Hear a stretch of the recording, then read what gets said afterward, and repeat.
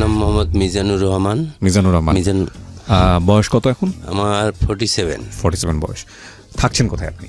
আমি বর্তমানে ঢাকায় এয়ারপোর্টের সামনে থাকি, আর Barishal brown compound, circuit house অপোজিটে 16 নং ওয়ার্ড আমাদের। আচ্ছা, তো আপনি কি মানে ঢাকায় থেকে আমাদের অনুষ্ঠানটা শোনেন নাকি বরিশালে থাকা অবস্থায়? না, আমি এটা আমার একটা ঢাকায় বসেই শুনি। বরিশালে প্রথম শুনছি আমার একটা ফ্রেন্ড, ছোট ভাই, ছোট বন্ধু, ও আমাকে বলছে, দোস্ত মিজান ভাই এরকম একটা FM এ গল্প হয় রাত্রে 12টার পরে। আমি বলছি যে আমার ঘুম আসে না, নেশা করতাম তো ঘুম আসে না। তখন ও আমাকে বলে যে এরকম একটা গল্প আছে, ওইগুলো শুনলে শুনতে শুনতে ঘুম এসে যাবে। তো আমি তখন শুনছি, শোনার পরে বেশ ভালোই লাগছে। তখন দেখি জীবন কাহিনী ওই স্টোরিগুলো বলে, খুবই ভালো লাগছে। তারপরে খুব ওইগুলো শোনার পরে এক পর্যায়ে আমার ঘুম ক্লিয়ারলি আসে। তারপরে এইভাবে তারপর একদিন হঠাৎ করে পাইনি, আমি ওকে বলছি কি রে আজকে তো আর ওই অনুষ্ঠানটা নাই, কারণ না ওইটা বৃহস্পতিবার বুধবার হয় আর এরকম গ্যাপ যায় কিছুদিন। তখন আবার খুব বিষণ্ণ লাগতো, তখন খুব খারাপ লাগতো।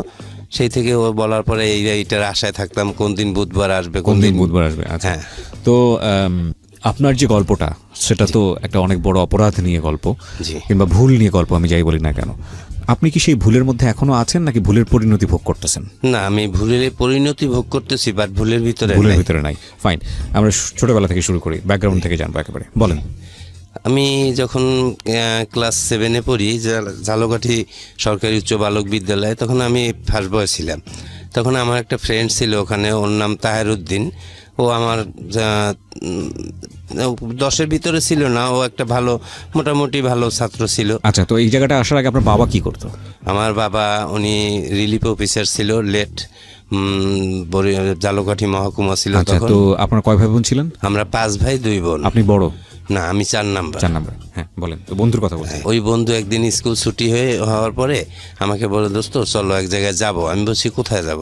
তখন আমাকে বাসায় আমি বই খাতা রেখে ওর সাথে আমার একটা সাইকেল কিনে দিছিল আব্বা খুব। ওই সাইকেলটা ওকে পিছনে নিয়ে, ফোনিক্স সাইকেল, পিছনে নিয়ে আমি ওকে নিয়ে বের হয়েছি। ঝালকাঠি কালীবাড়ি রোড আছে, ওখানে আমি ওরা নিয়ে যাই। তখন ও আমাকে একটা ফার্মেসির সামনে দাঁড় করাই আমাকে বলে, দোস্ত একটু দাঁড়াও, আর তোমার কাছে টাকা আছে 25 টাকা? আমি বলছি হ্যাঁ, দিয়েছি। দেওয়ার পরে একটা ফার্মেসি থেকে ওটা ওষুধ কিনছে, এটার নাম। তো আমি এটা ও কেনার পরে আমাকে নিয়ে গভর্নমেন্ট স্কুল, মানে গভর্নমেন্ট স্কুল নামে পরিচিত, ওই সরকারি স্কুল বলতো না, বলতো গভর্নমেন্ট স্কুল। তা আমি ওই স্কুলের মাঠে ওর সাথে আসছি, এসে বসছি, সাইকেলটা রেখে। বিকেলবেলা ছিল, মানে কত 4টা 4:30টার মতো। সব ফ্রেন্ড সার্কেল ওখানে খেলাধুলার জন্য আসছে। আমি আরও অগোচর এক জায়গায় বসে খুব গল্প করতে, আর একটু একটু আমাকে খাওয়াচ্ছে আর আমিও খাইতেছি। বেশ খাওয়ার পরে খুব ভালোই লাগতেছে, রিল্যাক্স। খাওয়ার পরে বেশ পরে বলে, দোস্ত চলো চা খাই। তো আমাদের ওইখানে সরকারি কলেজ আছে, নদীর পাড়ে, ভাঙনে গিয়ে যাইতেছে, খুব ভালো লাগে, মনোরম পরিবেশ। তো ওখানে গিয়ে দুধ চা আছে, গরুর দুধ খাইতেছি। খাওয়ার পরে এত ভালো লাগছে। তারপরে আমি খুব বাসায় আসার পরে মানে খুব উৎফুল্ল, সব কিছু চটপট করতেছি। তো ভালোই লাগছে। যাই হোক, ওইভাবে রাত্রটা কেটে যায়। পরের দিন রাত্রে আর পড়াশুনো হয় না, মানে ঘুম ক্লান্ত হয়ে গেছি, ঘুমিয়েই যাই। সকালে উঠে গোসল সেরে পড়া একটুখানি পাশে বসি, তারপরে আবার ক্লাসে স্কুলে চলে যাই। তার যার স্কুলে আমার ভালো লাগে না, দোষ ওইটা একটু আরেকটু খাওয়াবি, আর একটু কিনবি। আজকে কি জিনিস ছিল ওটা? একটা ফার্মেসির ওই ওষুধ, কাশির সিরাপ। আচ্ছা। বলছে, দোস্ত আমার কাছে তো টাকা নেই। এম্বাসিতে আমি আব্বার কাছে যাই, চল তুই। আমি নিচে দাঁড়াবি। আমার আব্বা তখন ঝালকাঠি মহকুমায়। তা আব্বা যে খাস কামরায় বসা থাকে, তা আমি ওকে নিচে দাঁড় করি। আমি আব্বুর কাছে চলে যাই। আব্বার কাছে গিয়ে বলি, আব্বু আমাকে এরকম 50টা টাকা দাও, কি করবা? আমি বলছি, আব্বু ঘুড়ি কিনবো ঘুড়ি আর কি, উড়ানোর ঘুড়ি। তা আসলে আপনি ওই জিনিসটা কিনবেন, তাই তো? হ্যাঁ, আমি তো কিনবো ওইটি, কিন্তু মূলত তার সাথে আমি মিথ্যার আশ্রয় নিছি। নিয়ে আব্বা আমাকে 50 টাকা দিল। দেওয়ার পরে আরেকটা স্লিপ লিখে দিয়েছে, ধীরাদার হিন্দু এক দাদা আছে, তার দোকান, ওখানে আমি প্রতিদিনই খাইতাম। কিন্তু লিখে দিয়েছে যে ওকে নাস্তা খাওয়াই দাও, ছানা মাখন আর রুটি। পড়তে যাবো এই জানে। তা আমি ওইটাও আর না খেয়ে ওকে নিয়ে ওই দোকানে খেয়ে তারপর বের হয়ে ওইটা আবার কিনে খাইছি। খাওয়ার পরে এইভাবে আমি এটা আসক্ত হয়ে গেছি। প্রতিদিনই খাইতাম এভাবে। খাওয়ার পরে একদিকে আমি এক পর্যায়ে আমার মেজো ভাই, যিনি ওই বাইরে ছিল, আর বড় ভাইটা তো তার আগেই গেছে, আমি 7-এ পড়াকালীন সে ওয়েস্ট জার্মানিতে এখনও প্রেজেন্ট। তো ওই মেজো ভাইটা কানাডায় থাকে, উনি আসছে আমাকে দেখে উৎফুল্ল এরকম কেমন জানি করি, তো উনি স্যামসিনটা বুঝতে পারছে আমার যে নিশ্চয়ই কোনো কিছু খায়, এভাবে করে কেন। এর মাঝখানে কিন্তু আমার 1 বছরের মতো পার হয়ে গেছে, কারণ আমি সংক্ষিপ্তভাবে বলি কত যাই। তখন আমি ওই রেজাল্টও আমার দেখে কি ব্যাপার, এখন যে মিজান আমার ভাই ছিল ফার্স্ট বয় সবচেয়ে ভালো আজকে আমার কারণ ভাই আমি জীবনে যা করছি সেই থেকে আমার ভাইটা আমার দিকে তাকাই আমার জড়াই ধরি, বলে ভাইয়া তুই কি খাও আমাকে বল, আমি রেজাল্ট খারাপ করছি, আমি 10-এর প্লেসেও রাখতে পারিনি। তখন খুব কষ্ট পায়, তখন আমাকে খুব গার্ডিয়ান্স দেয়, তারা খুব। কোন ক্লাস থাকতে এটা? তখন আমি 9-এ উঠছি, ক্লাস 9-এ। সেই থেকে আমাকে তারা খুব কঠোরভাবে আমাকে মানে না আমাকে প্রহর করে না, আমাকে খুব বুঝালে আমি সেই বুঝের মাধ্যমে আমি ওখান থেকে বুঝি, যখন বলে তখন বুঝি, বের হয়ে গেলে আবার সেই ওই ফ্রেন্ড ওর সাথে দেখা, ওইও আস্তে আস্তে চলে যাই। তারপরে এইভাবে আমার দিন কেটে যায়। আমি এসএসসিতে যাই হোক মোটামুটি করে কোনো রকম আমি স্টার মার্ক আনছি, টায় 750 মার্ক পাইছি। কোন গ্রুপে ছিলেন? মানবিক সায়েন্সে ছিলেন। হ্যাঁ। 750 মার্কস খারাপ না, এটা ভালো হতে চাল। হ্যাঁ, তখন আমাকে নিয়ে এসেছিল, তখন ওই আমি বরিশাল ক্যাডেটও চান্স পেয়েছিলাম। আমার ছোটবেলা মামারা যাওয়া, আমার আব্বা দূরে ছাড়ে না, কথা বলছে না আমার কাছে থেকে পড়বে। তো আমি তখন ওই আমাকে ছাড়ে নিয়ে স্টার মার্ক পাওয়ার পরে আমি বরিশালে এসে পড়াশোনা করি। বরিশালে আমাদের নিজের বাবা বাড়ি করছে অনেক আগে, তো বরিশালে আব্বা নিয়ে আসে। বরিশালে আসার পরে আমি বরিশালে সরকারি সৈয়দ হাতেম আলী কলেজে পড়ি, ওখান থেকে পড়ি। আর এই ফাঁকে কিন্তু আমি ওই ফ্রেন্ড হারাই ফেলাই। তখন আমি বরিশাল কলেজে ওই হাতেম আলী কলেজে আরও ফ্রেন্ড সার্কেল পাই গেছি, যা অসৎ সঙ্গের সাথে মেশলে যা হয় ওইরকম ফ্রেন্ড পাইছি। ওরা আমাকে নিয়ে ওরা করতো কি যে ওই বরিশালে সর্দার ফার্মেসি নামে একটা ফার্মেসি আছে, খুব ফেমাস নাম করা, উনি খুব ড্রাগস বিক্রি করে, এমনকি ইনজেকশন। আমি ইনজেকশন জীবনেও নেইনি আর এখনও না। আর এখন তো totally I hate the man who is in difference how to addicted man, আমি টোটালি ঘৃণা করি। তখন আমি ওইখান থেকে ওই আমার এক ফ্রেন্ড আছে ওই ইউসি, ওইটা আমাকে এনে একটা খাওয়াইছে। তখন আমি ওই ট্যাবলেটটা তো আমি কোথাও একা চাইলে পাবো না, তখন আমি ওই বানানটা আমি মুখস্থ করিয়ে রাখছি, NMG। তো আমি একটা খেলাম, পরে খুব শৈলীর ভিতরে উত্তেজনা ভাব, যারে তারে না যেভাবে ব্যবহার করি তারাম তারাম চোপার থাপড় এইরকম করতেছি, এইরকম করি, এরকম একটা খাইছি। পরে মানে পরের দিনে আবার একটু খাইছি, আবার এরকম করতে করতে আমি অ্যাট এ টাইম বাড়তে আমি যখন অনার্স কমপ্লিট করি সেই পর্যন্ত আমার কিন্তু প্রতিদিন 100 ট্যাবলেট লাগবে, 100। একদিন আমি এক লগে 150 ট্যাবলেট খাওয়ার পরে আমি আমার এই পেট পোষাইছি নিজে, আমাকে কেউ কবজ দিতে পারেন, আমি নিজে এইগুলা পোষাইছি। শরীরে এত গরম হয়ে গেছে, উত্তেজিতভাবে আমি এইগুলো করার পরে আমার ওই করার পরে আমি বাসায় আসছি। বাসায় হাঁটতে পারি না, বাসার দরজা রাখিয়া পাশে বলে আম্মা, মানে স্টেপ মা আছে, আম্মা মা দরজা খোলো মা। আমার বড় বোন দোতলায় থাকতো, দুলাভাই এক্সিডেন্ট পাবলিক হেলথের বরিশালে, বর্তমানে প্রেজেন্ট। তখন ছিল এই সাব অ্যাসিস্ট্যান্ট ইঞ্জিনিয়ার। তখন আর কি আমাকে বড় আপু ওখান থেকে দেখে যে আমি দরজা রাখিয়া ওয়ালটাকাই মা করতেছি, তো উপর থেকে আসিয়া ওই বোন আমাকে নামিয়ে আমাকে ধরিয়ে বাসায় নিয়ে গোসল টোসল করাই, মাথায় তেল পানি দিয়ে ঘুমলো হয়েছে। পরের দিন সকালে আমাকে নিয়ে একটা রিহ্যাব সেন্টারে নিয়ে যায়, বলে তুই একটু সুস্থ হ, তোর রেজাল্ট সব ভালো, তুই সুস্থ হইলে তোরা আমি বাইরে উচ্চশিক্ষার জন্য পাঠাবো।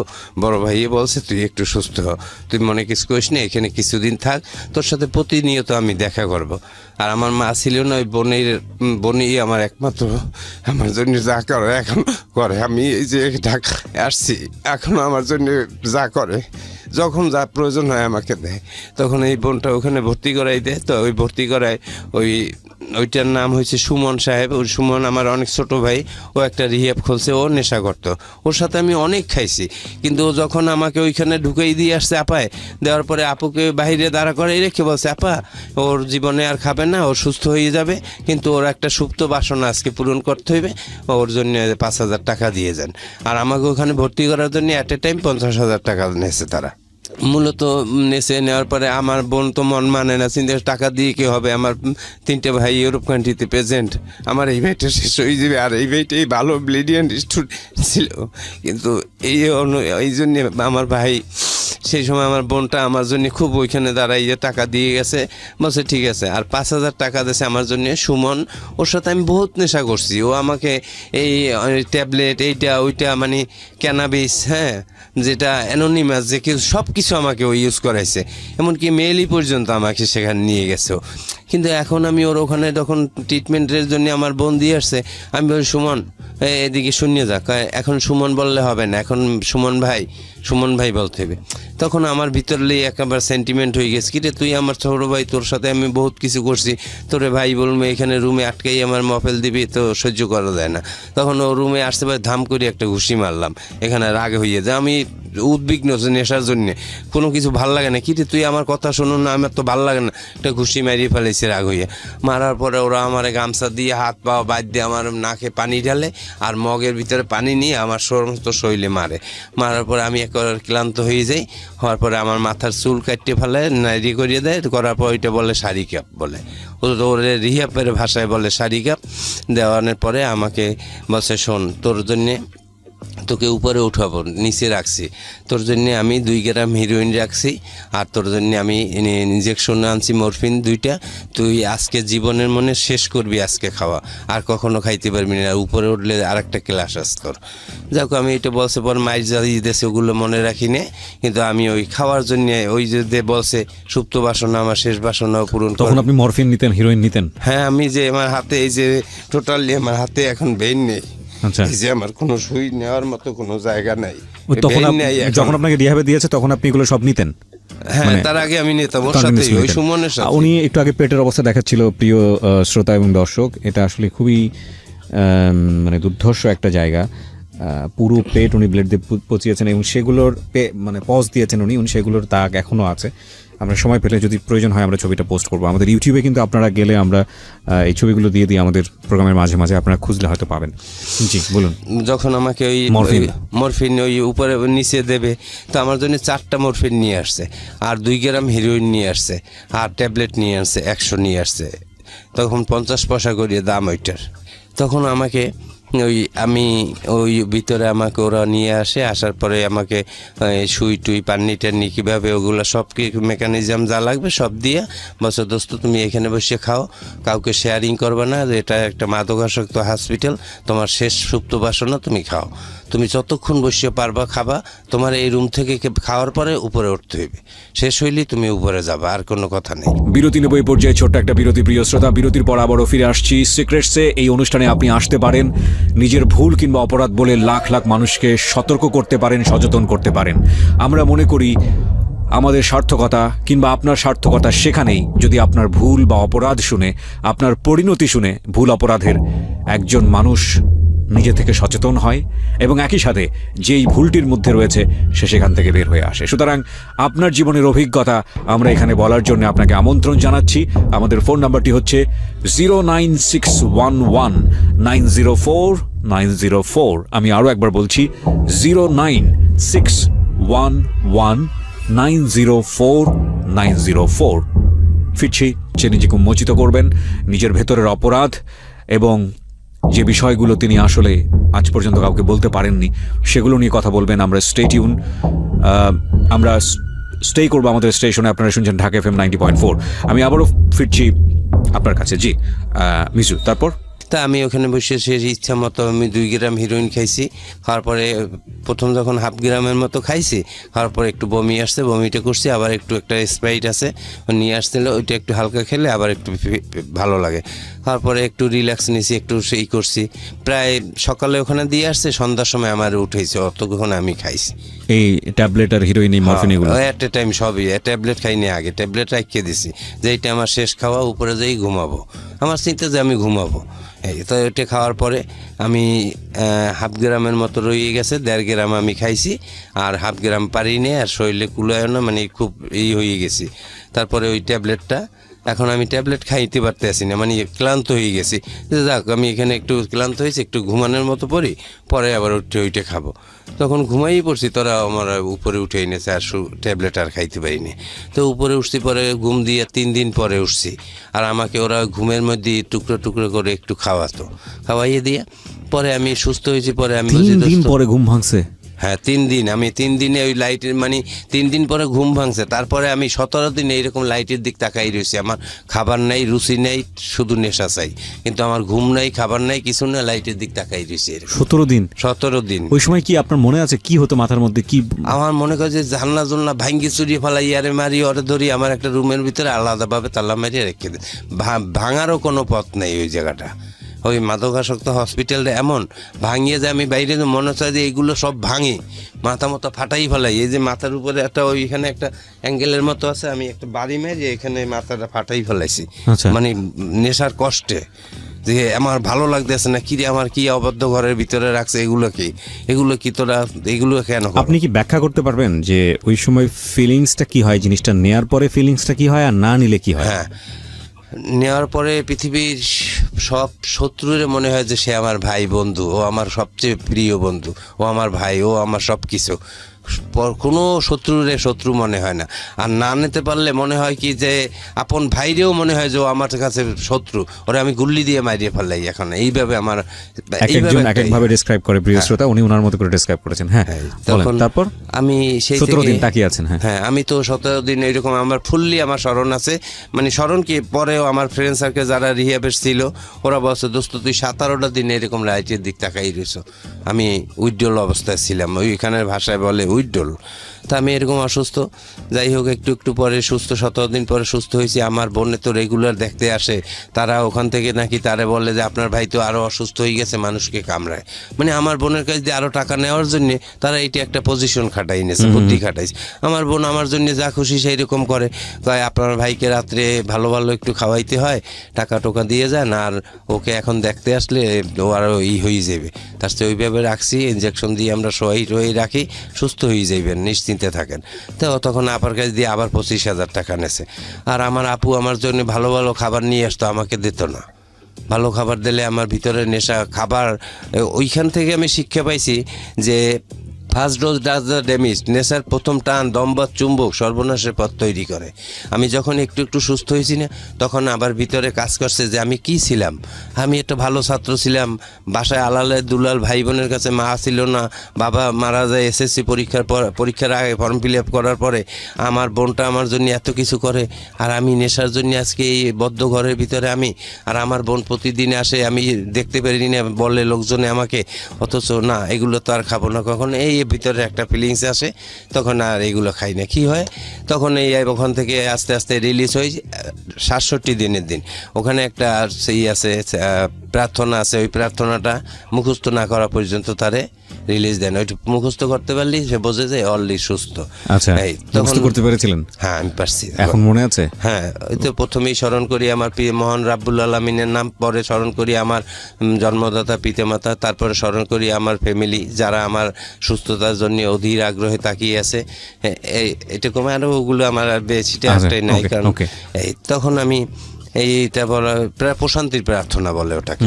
তখন আমি ওখান থেকে 67 দিনের দিন যখন বাইন্ডিংস ফ্রি হওয়ার পরে আমি খুব সুন্দরভাবে আমার স্বাস্থ্য চেহারা অন্যরকম হয়ে গেছে টোটালি। আমি একবারে ওই দিন থেকে বলছি যে আর ড্রাগস ইউজ হবে না, আমার জীবনে সুস্থতা হইতে হবে। ওই সময় আপনি কলেজে পড়ছিলেন? আমি পড়াশোনা ছেড়ে দিয়েছিলাম। না পড়াশোনা আমার চলে। কলেজে পড়েন নাকি? হ্যাঁ, তখন আমি ওই সময় কলেজে পড়েন আপনি? ওই সময় আমি ওই অনার্সে ভর্তি হয়েছি ফার্স্ট ইয়ারে। কোথায় ভর্তি হলেন আপনি? অনার্সে ভর্তি হয়েছি ঢাকাতে। আচ্ছা, ঢাকা কোথায়? ঢাকা কলেজে। ঢাকা কলেজে, ওকে। ভালো ছাত্র ছিলাম। জি, আপনি স্টার পেয়েছেন, আপনি তো ভালো ছাত্র অবশ্যই ছিলেন। আমি তখন ওই ভর্তি হলাম, হওয়ার পরে আমি কি করি, তখন আমার ওই কলেজে একটা গার্লফ্রেন্ড আসে, আমার সাথে ভালো সম্পর্ক হয়ে যায়। ওর নাম হয়েছে সেজুতি ইসলাম। সেজুতি এর সাথে আমার একটা ভালো সম্পর্ক হয়, ভালো। ওদের বাসায় আমি যাই, ওদের বাসা গুলশানের 2 নম্বরে। তো ওদের বাসায় আমি যাওয়া আসা করি, ও আমাকে নিয়ে যায়। ও এক মায়ের এক বাবার এক মেয়ে, ওরা আর একটা ভাই আছে, সে ওয়েস্ট জার্মানিতে থাকে। আমার ভাই যেখানে থাকে রুডানার স্টুটগার্ট জার্মানিতে, ওর ভাই ওইখানে থাকে। তো ওই সুবাদে একটা ভালো সম্পর্ক হয়ে যায়। এক পর্যায়ে ও আমাকে খুব ভালো একটা প্রপোজ করে। তো ওর সাথে আমার ফিজিক্যাল রিলেশন হয়ে গেছে অনেক। তা এরপরে আমি ওর সাথে একটু এরকম করতে করতে আমি অনার্স পরীক্ষা সেকেন্ড দিয়ে থার্ড পার্টে যাব, এই সময় ওর সাথে আমার একটু মলমনিন্য সৃষ্টি হয়। কিন্তু মলমনিন্য হইলেও আমি কিন্তু ড্রাগসের প্রতি আর যাইনি তখন, যে না ড্রাগসে নাই বলতে হইবে, কারণ ওখানে শিখে আসছি যে না এটা আর খাওয়া যাবে না। যেহেতু আমার বাবা হাজি ছিল, আমার মা নাই, আমার ভাই বোনের ইজ্জত আছে, সেই দিকে তাকাই আমি আর এগুলো খাবো না, তবে আমাকে ভালো হইতে হবে। ওর মতো মেয়ে গেছে, তাতে কি কত মেয়ে আমার জীবনে আসবে, এটা কোনো ফ্যাক্টই না। তা আমি আপু আমার বন্ধুর মতো, আপুকে আমি সব বলছি, আপু এই ঘটনা, এখন আরও আমার সাথে কথা বলে না, আমাকে অন্যরকমই করে। তাতে কি হয়েছে, ওর মতো মেয়ে তোর জীবনে তুই ভালো হইলে তোর মতো মিজানের কাছে বহুত মেয়ে আসবে। এই তারপরে যাই হোক, আমি ওর সাথে করি না, আমি অনার্স কমপ্লিট করায় আমি 3 মার্কের জন্য ফার্স্ট ক্লাস পাই নিয়ে সেকেন্ড ক্লাস নিয়ে আমি তারপরে পাশ করার পরে আমি আবার দেশে চলে যাই।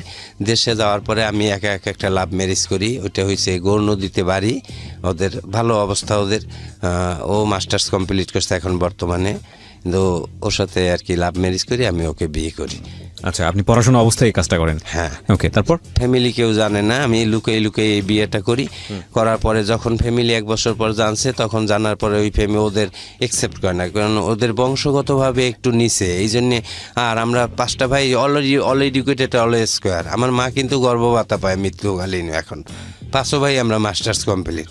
হ্যাঁ, কিন্তু এই জন্যে তখন আর কি করে না, মেনে নেয় না নেওয়ায় ওই আমার বড় আপু রাগ পুরো আমার সাথে ভালো ব্যবহার করে, কিন্তু ওর নামও শুনতে পারে না। তখন ওর ফ্যামিলি যখন জানছে যে আমার ফ্যামিলি অ্যাকসেপ্ট করবে না, তখন হুট করে ও আমাকে 2 বছর, মানে 1 বছর 9 মাস 13 দিনের মাথায় আমাকে ডিভোর্স লেটারটা পাঠিয়ে দেয়। তা বাসায় যখন পাঠায়, আমি ছিলাম না, তো আমার বাসা থেকে ওইটা অ্যাকসেপ্ট করছে, কিন্তু আমি করিনি। পরে আমি একদিন ওই জানি না যে আমাকে ডিভোর্স দিয়েছে। আমি ঢাকা থেকে রামারপুল নামে, মাদারীপুর তো ওদের বাড়ি, কয়ারিয়া নামক জায়গা, কিন্তু রামারপুলে লঞ্চ ঘাটতে আমি রাতে ওই লঞ্চের নাম হয়েছে মহানগরী নিউসান, ওই লঞ্চে আমি ওই রামারপুল নামছি, আমি আমার শ্বশুরবাড়ি গেছি পরে আমাকে ওই জায়গার লোকজন, ওখানে তো সর্বহারা নাম করা সেই সময়, আমি তো ওই লোকজনে আমাকে ধরছে, আমার ধরবে কোপাই মারি ফেলাইবে রাত্রে, আর আমি তো হতভম্ব হয়ে গেছে। যাই হোক, ভাগ্য ভালো, আমাকে ওইখানের একটা সর্বহারা ছিল, উনি নাই, ভাগ্য ভালো, উনি খুবই ভালো লোক। সর্বহারা বললে ভুল হবে, উনি খুব ভালোই, ওনার ভিতরে নাই বললে না। আমার যখনই দেখছে বসে, এই ওর গায়ে কেউ হাত দিবে না, মুখ ওনার বাঁধা, কিন্তু আমি চিনতে পারিনি যে এই হারুন খা, বরিশাল বিভাগের মধ্যেই নাম করা সর্বহারা উনি হারুন খা।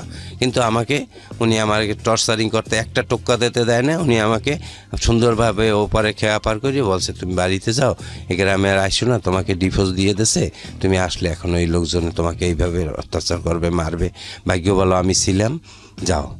কিন্তু পরে আমি জানছি যে উনি হারুন খা। তা আমি বাসায় চলে আসি। আসার পরে যখন এইটা শুনছি, তখন মনের কষ্টে আমি বিষ খেয়ে ফেলাইছি। আমার বাসার সামনে একটা সুপারি গাছ আছে, আমি ওইখানে বিষটা কিনছি কি আমার বাসারে দেখানোর জন্য, যে কেন মানলা না, আর এরকম হইলো কেন। আমি বিষটা জাস্ট ওই ধানে দেয়, ওই এর একটা 18 টাকায় আমি কিনছি, মাজায় নিয়ে আমি বোনকে দেখাবো যে এরকম, যে আমি একটু ইচ্ছে করি মুখটা খুললে এরকম মুখে লাগাইতে গেছি, কিন্তু বাই দিস টাইম কেনই জানি আমার মুখের ভিতর চলে গেছে। আসলে যে কথাই ওইখানে বলে যে ইবলিস থাকে, ওইটার সাথে শয়তান, আর আমি কেনই জানি। আর তার আগে আমি তো এটা খুব কষ্টে আমি দিশে পাইছি, কিন্তু আমি কোনো ড্রাগস ইউজ করি না, পুরো দিব্যি সুস্থ। কেনই যেন মনের কষ্টে আমি ওই বিষটা নিয়ে আসলাম, ওই পয়জনটা। তা আমি ওইটাকে মুখের ভিতরে লাগাইতে গেছি, কিন্তু 2-3 ডোক চলে গেছে। যাওয়ায় আমি সাথে সাথে ওই রকম সুপারি গাছের গোড়ায় পড়িয়ে গেছি না। পাশের ঘরে আমার একটা ছোট ভাই আছে, 1-2 বছরের ছোট, ওর নাম সুমন। তা আমার সুমন যাই আমার ছোট ভাইরে ডাক দিছে। আর ওই সময় আমার ওই বড় ভাইটা ইতালি যাবে, আমার ইমিডিয়েট যে বড় ভাই, ও ইতালি যাবে 3 দিন পরে ওর ফ্লাইট। ও আজকে ঢাকায় চলিয়ে যাবে, অলরেডি আমাকে দেখে রাতে এই অবস্থা। ওকে আমি বিদেশে এখন যাব না, ওরে সুস্থ করি। মেডিকেলে আমাকে নিয়ে গেছে, একদিকে মেডিকেলে আগে হন্ডায় চলিয়ে গেছে, যাই ভর্তি রেডি করছে, আমার নেতেই ওয়াশে চলিয়ে গেছে। তাই ওয়াশের দ্বারা শিক্ষা পাইছি যে কি জিনিস পয়জন খাইলে কি হয়। আমার জীবন নাই, ওর চেয়ে গুল্লি দিয়ে মারি ফেলানো অনেক শান্তি। মানে আমার ভিতরে একটা পাইপ ঢুকাইছে, আর অটোমেটিক একটা বল দিয়ে দিচ্ছে মুখে। আমি হা করি, মা কমু, মা গো কইতে পারি না, মা কইতে না করি, খালি শুধু চিল্লেই। তখন আমার আপা ওইগুলো দেখিয়ে খুব কান্না করতে আছে। আর যখন আমার ওয়াশ টোয়াশ 7 বদনি পানি ভরছে আমার পেটে, আবার বাইর করছে, 1 বন্দি ভরছে আবার বাইর করছে, এবার চাপে চুপে, আর পেট যে চাপ দেবে, পেটের অবস্থা দেখে ইয়া, আর এটাও শুকায় না তেমন একটা, ও হো হো, এমন অবস্থায় দাঁড়াই গেছে। তখন আমার এই পারতে আছে না। যাই হোক, আল্লাহ তাআলা আমার বাঁচাই রাখছে, আল্লাহর কাছে আমি অশেষ রহমতের শুকরিয়া আদায় করি যে এই তখন আমার বোনটা আমাকে সুস্থ করছে পর ডাক্তার সাহেব লেখছে নাথিং বাই মাউথ। এখন আমার তো বলা পিপাসায় শুকাইয়ে গেছে। আমার মনে কয় কি 2 জগ পানি দিলেও আমার তৃষ্ণা নিবারণ হইবে না। আমার ভাইটে পাশে, যখন আমি পরদিন সকালে একটু হুঁশ হয়েছি, তখন আমি বলি পানি পানি। তখন আমার ভাই ডাক্তারের কাছে জিজ্ঞেস করছে পানি পানি করে, একটু বাবু একটু পানি কি খাওয়াবো? কয় না, একটু খালি একটু ফলের রস মুখে দিতে পারেন, পানি দিয়েন না, কারণ বিষের সাথে পয়জনের সাথে ওইটা সমস্যা।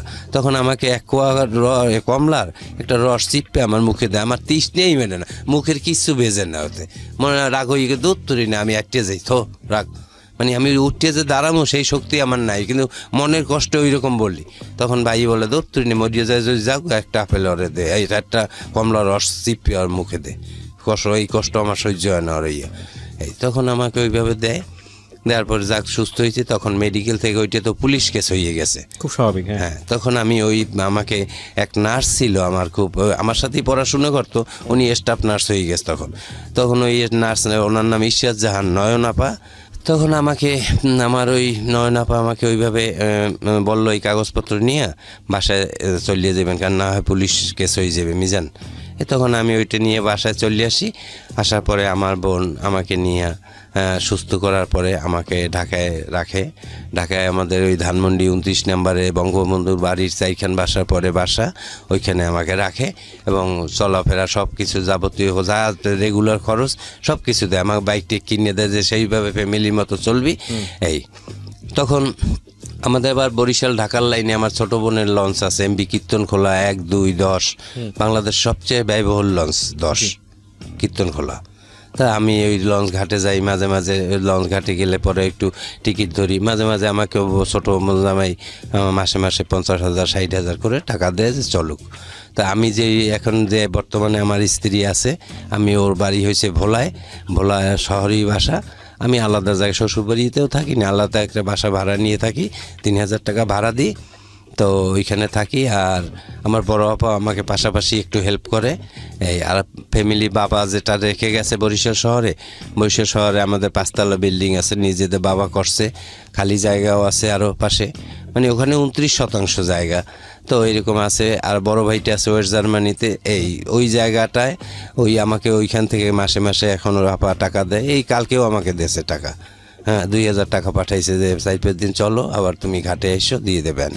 এভাবে চলতেছি আছি আমি বর্তমানে। এখন এটা একটু সিক্রেট রাখবেন এই পরিচয়টা, আমি বলি বর্তমানে আমি একটা ছোটোখাটো একটা জব করতেছি, এখানে আছি। এরপরে ওই রিহাব থেকে ফেরার পরে কি কখনো অল্প সময়ের জন্য হলেও ড্রাগ নিয়েছেন? না, আমি আর স্লিপ করিনি কখনো, স্লিপ করেন কখনো না, আর একেবারে ওটাকে অ্যাভয়েড করিয়ে দিছি। লেখাপড়া কি হলো, কমপ্লিট হলো? মাস্টার্স কমপ্লিট হয়েছে। অনার্স মাস্টার্স কমপ্লিট হওয়ার পরেও তো ভালো একটা জব ম্যানেজ করতে পারেননি? পারিনি, এই শেষ হয়ে গেছে আমার। এই যে চামড়াটা দেখেন, এই যে নামে গেছে, আসলে তো বয়স তেমন তখন না। যারা ট্যাবলেট খায়, ট্যাবলেটের একটা ক্রিয়াই থাকে, ওদের চামড়াকে নরম করিয়ে ফেলে। মানে আপনার দেখে যে বোঝা যায় বয়স অনেক বেশি হয়ে গেছে। আসলে সেটা না, আমার ছোট বড় ভাইকে দেখলে মনে হইবে সে আমার ছোট, ইমিডিয়েট যে বড় ভাই। মানে চেহারার মধ্যে পরিবর্তনের জন্য ড্রাগই দায়ী, তাই না? ড্রাগ ছাড়া চেহারা নষ্ট হয় না, এই ড্রাগটা নিয়েই আমি এইটা হয়ে গেছে আমার। আপনার স্ত্রী যিনি আছেন বর্তমানে, আপনার ছেলে মেয়ে আছে? হ্যাঁ, আমার একটা ছেলে আছে। একটা ছেলে আছে, সে কি জানতো আপনার জীবনের এই গল্পটা? বা হ্যাঁ, সে জানতো যে আমার বাবা প্রচুর ড্রাগস করছে। হ্যাঁ, আপনার ওয়াইফ কি জানতো বিষয়টা যে আপনি ড্রাগ নিয়েছেন? যিনি বর্তমানে তখন জানতো না, পরে বিয়ের পরে আমি বলছি এরকম। এরপর কি বিশ্বাস করতে পেরেছে যে আপনি ড্রাগ নেন? সে এখনো বিশ্বাস করে যে আমার হাজবেন্ড সিগারেট ছাড়া অন্য কিছু এখন জীবনে। একটা জিনিস একটু বলি, যারা ড্রাগ নেয় এদেরকে বিশ্বাস করাটা খুব ডিফিকাল্ট, কারণ এটা বলে যে একবার নিলে, কারণ ওরা প্রচুর মিথ্যা কথা বলে শুধুমাত্র একটু নেওয়ার জন্য। কিন্তু তারপরও বিশ্বাস হারালে আসলে একটা মানুষকে স্বাভাবিক জীবন দেওয়া যাবে না, সুতরাং সেই জায়গাটা থেকে বিশ্বাস করতে হবে। মাদক আমাদের জন্য একটা অনেক বড় সমস্যা। মাদক তো আপনার জীবনটাকে শেষ করে দিল। শেষ, ফার্স্ট ডোজ দ্য ড্যামেজ, নেশার প্রথম টান, দম্ভ চুম্বক, সর্বনাশের পথ তৈরি করিয়ে দিস, আর কিছু নেই। এলাসাই মান্ডান। আপনি কি পেলেন জীবনে এই আমি কিছুই পাই না, জীবন খাতায় শূন্য। এখন আমি শুধু আমার এই কায়াটা আছে, আর কিছু পাই না। বাবা মায়ের অস্তিত্ব, ভাই বোনের অস্তিত্ব সব বিলীন করে দিয়ে দিছি। বরিশালে আমাকে এক নামে কি চেনে জানেন? ট্যাবলেট মিজান। ট্যাবলেট মিজান নামে চেনে। এটা আমার যে কোনো লোক, বরিশাল বলেন, যারা বন্ধু বান্ধব আছে 100-150 খাইতেন, 100 খাইতাম 110 এট এ টাইমে আমি, না হলে আমার হইতো না। যার 10 mg আর তারপরে বের হয়েছে 5 mg, ও অত আমার লাগবে 300, অত আমার হইতো না, খাইতাম না রাগ হইয়া। দৌড় নিতে আমার কোনো ফিলিংস হয় না। Really do I, are you not believe my talk? না আমি বিলিভ করি এবং এত খেলে তো মানুষ, একটা সাধারণ মানুষ মারা যাওয়ার কথা। আমি তো ওই বললাম না, আমি 100-150 খাইলে পরে আমি গরম হয়ে গেছে, পরে পেট পোষাইছি, শরীরের উত্তেজনায় দিশা পাইতেছি না, পানিতে নামবো না কি করবো, মানে কোনো কিছু ভালো লাগে। 1 সেকেন্ড এক জায়গায় দাঁড়াই থাকতে পারি, এদিক হাঁটি ওদিক যাই, ছুটোছুটি। নেশার এই একটা স্যামসিনটারে ওই রকমই ভালোই লাগে না একটু। তো যারা ড্রাগ নেয়, এখনো নেশার মধ্যে আছে, তাদেরকে আপনি কি বলবেন? কোনো পরামর্শ দেবেন? পরামর্শ আমি যারা আমার সামনে ইউজ করে তাদেরকে বলি, দোস্ত এটা জীবনের ধ্বংস ছাড়া কিছু আনবে না, তবে তুমি ভালো হয়ে যাও। আমি তোমাকে বললে এখন বলবো খাবো না, পরবর্তীতে খাবা, আমি চলে যাই, তবে এই জিনিসটা আর খেও না। কারণ আমি জানি যে এটা হয়েছে কি, নেশা মূলত সম্পূর্ণ হয়েছে মন। যদি মন থেকে বলে যে আমি এটা খাবো না, তাহলে কোনো দিন তারা খাওয়াইতে পারবে না। নেশা আসছে, হ্যাঁ একটা সিগারেট খেলাম, বাস দ্যাটস এনাফ, চলিয়ে যাই। কিন্তু ওই কারো সাথে সমাজের সঙ্গগুণে লোহা বাসে, সঙ্গের সাথে বসলেই সে খাবে। আমার এখন, আমি বিশ্বাস হয়তো করবেন না, আমি এখানে আসছি কিন্তু এইগুলো শুনিয়া বলার জন্যে যে আমার জীবনে আমি যখন এত দূরে আসতে পারছি, আমার ভাই বোন সবাই বিশ্বাস করে যে আমার ভাই ফ্রেশ, এখন কিছু খায় না। কিন্তু এইটা আমি বলবো যে নেশার যদি সঙ্গগুণে বসে, আমার জীবনে অনেক ফ্রেন্ড সার্কেলের কাছে আমি বসছি, এখনও বসি, কিন্তু ওরা ইয়াবা খায়, আমি দেখি আমার জীবনে আমি একটা ইয়াবা টান দিয়ে দেখিনি, তখন কিন্তু ইয়াবা বের হয় না। জি। আর আমি এখনও খাইনি আর খাবো না। আল্লাহ যেন আমাকে খাওয়ায় না, সহি সালামতে রাখে, এই জীবনযাপন করিয়ে যেন সুন্দরভাবে আমার মৃত্যু হয়, এটাই আমি আল্লাহর কাছে বলি। আর আমার কিছু বলার নেই। নিশ্চয়ই আমাদেরও কিছু বলার নেই, আমরাও শুধু এতটুকুই বলি। আমি এটা খুব ভয়াবহ একটা জিনিস। আমি এরকম গল্প আপনাদের সামনে উপস্থাপন করেছি যে টান দিয়ে দম আটকে মরে গেছে, এরকম একই সাথে বসে নেশা করছে। এবং এরকম গল্প পেয়েছিলাম, যশোর থেকে রওনা দিয়েছে, নেশা করতে করতে কোন জায়গায় চলে গেছে, কোনো খোঁজ খবর নেই। 7 দিন পরে দেখেছি সে অন্য কোনো একটা জেলায়। তো উনি যে বললো যে 17 দিন শুধু লাইটের দিকে তাকাই ছিলাম, এটা আমার কাছে অস্বাভাবিক মনে হয়নি। এর চেয়ে হয়তো ভয়ানক আরও অনেক কিছু ঘটে। শুধু এতটুকুই বলবো যে যেটা আপনাকে কিছুই দেয় না জীবনে, মৃত্যুর দিকে নিয়ে যায়, এই জীবনটা অনেক মূল্যবান একটা জীবন। সেই জীবন আমরা চাইলে, জীবনের একটা মোমেন্ট, একটা ঘন্টা হয়তো আপনি এমন কিছু করবেন এই পুরো জীবন দশায়, একটা ঘন্টায়, যেটা হয়তো সমাজের অনেক কাজে লাগবে, পুরো দুনিয়া হয়তো আপনার কাছ থেকে অনেক কিছু পাবে। সুতরাং জীবনের আপনি কিছুই করতে পারেননি, পুরোটা জীবন জুড়ে হতাশ হয়ে এইসব পথে পা বাড়িয়ে এত সুন্দর, এত মূল্যবান জীবন, এত সম্ভাবনা একটা জীবন, সেটা নষ্ট করার কোনো মানে হয় না। ঠিক আছে, আর কিছু নাই, করেন, ইবাদত করেন, কারণ সৃষ্টিকর্তা তো আপনাকে দুনিয়াতে পাঠিয়েছে তার ইবাদত করার জন্য। ভালো থাকুন, আমরা এখানেই শেষ করছি। পরিশেষে একটু কথা বললি দে, আমার যে পূর্ণতা, আমার যে বোনটা, আমার মায়ের স্নেহ আমাকে এখনো দেয়, ওই বোনটার মুখে যেন আমি হাসি দিয়েই যাইতে পারি। আমার বোনটা আমার জন্য অনেক কিছু করে, এখনো করে। আমার ওই বোনটা, আমার 2টে বোন আমার জন্য খুব কাঁদে, এখনো কাঁদে, যে আমি একটু কষ্ট পাইলেই তারা কষ্টের সাথে সাথে আমার ভালোটা করার চেষ্টা করে। আমি তাদের কাছে আমার চিরকৃতজ্ঞ। আমার মায়ের স্নেহ, পিতৃ স্নেহ সব আমার ওই 2টে বোন আমাকে দিতেছে এখনো। জি, অনেক ধন্যবাদ, অনেক ধন্যবাদ। প্রিয় শ্রোতা, আরেকজন গেস্টকে নিয়ে আমি একটু পরে ফিরে আসছি। শুরুতেই বলছিলাম একজন ফিমেল গেস্ট থাকবে আজকের সিক্রেটসের সেকেন্ড পর্বে, মানে দ্বিতীয় অংশে। আশা করছি আমাদের সাথেই থাকবেন। শুনছেন ঢাকা FM 90.4 এবং ফোন করতে ভুল করবেন না। ফোন নাম্বারটি হচ্ছে 09611904904। আরও একবার বলছি, 09611904904। বাই দ্য ওয়ে, আপনারা পুরো এপিসোডটি ডাউনলোড করতে কিংবা আপনার কালেকশনে রাখতে, যদি কোনো পর্ব মিস করে থাকেন সিক্রেটসের কিংবা জীবন গল্পের, এখনই চলে যান আমাদের ইউটিউব চ্যানেলে www.youtube.com/DFM904। সাবস্ক্রাইব করতে ভুলবেন না, পাশাপাশি বেল বাটনটি অন করে দেবেন।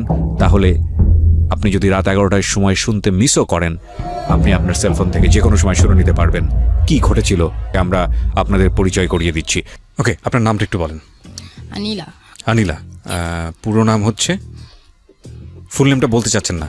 আচ্ছা, মাথা নাড়ালে হবে না, কারণ এখানে যেহেতু রেডিও, মুখে বলতে হবে। আনিলা, বয়স কত আপনার? আমার 25 বছর। আনিলা, জন্ম জেলা কোথায় আপনার? আমার নানি বাড়িতে পিরোজপুর ডিস্ট্রিক্ট। পিরোজপুর ডিস্ট্রিক্টে। আপনি কিছুটা নার্ভাস?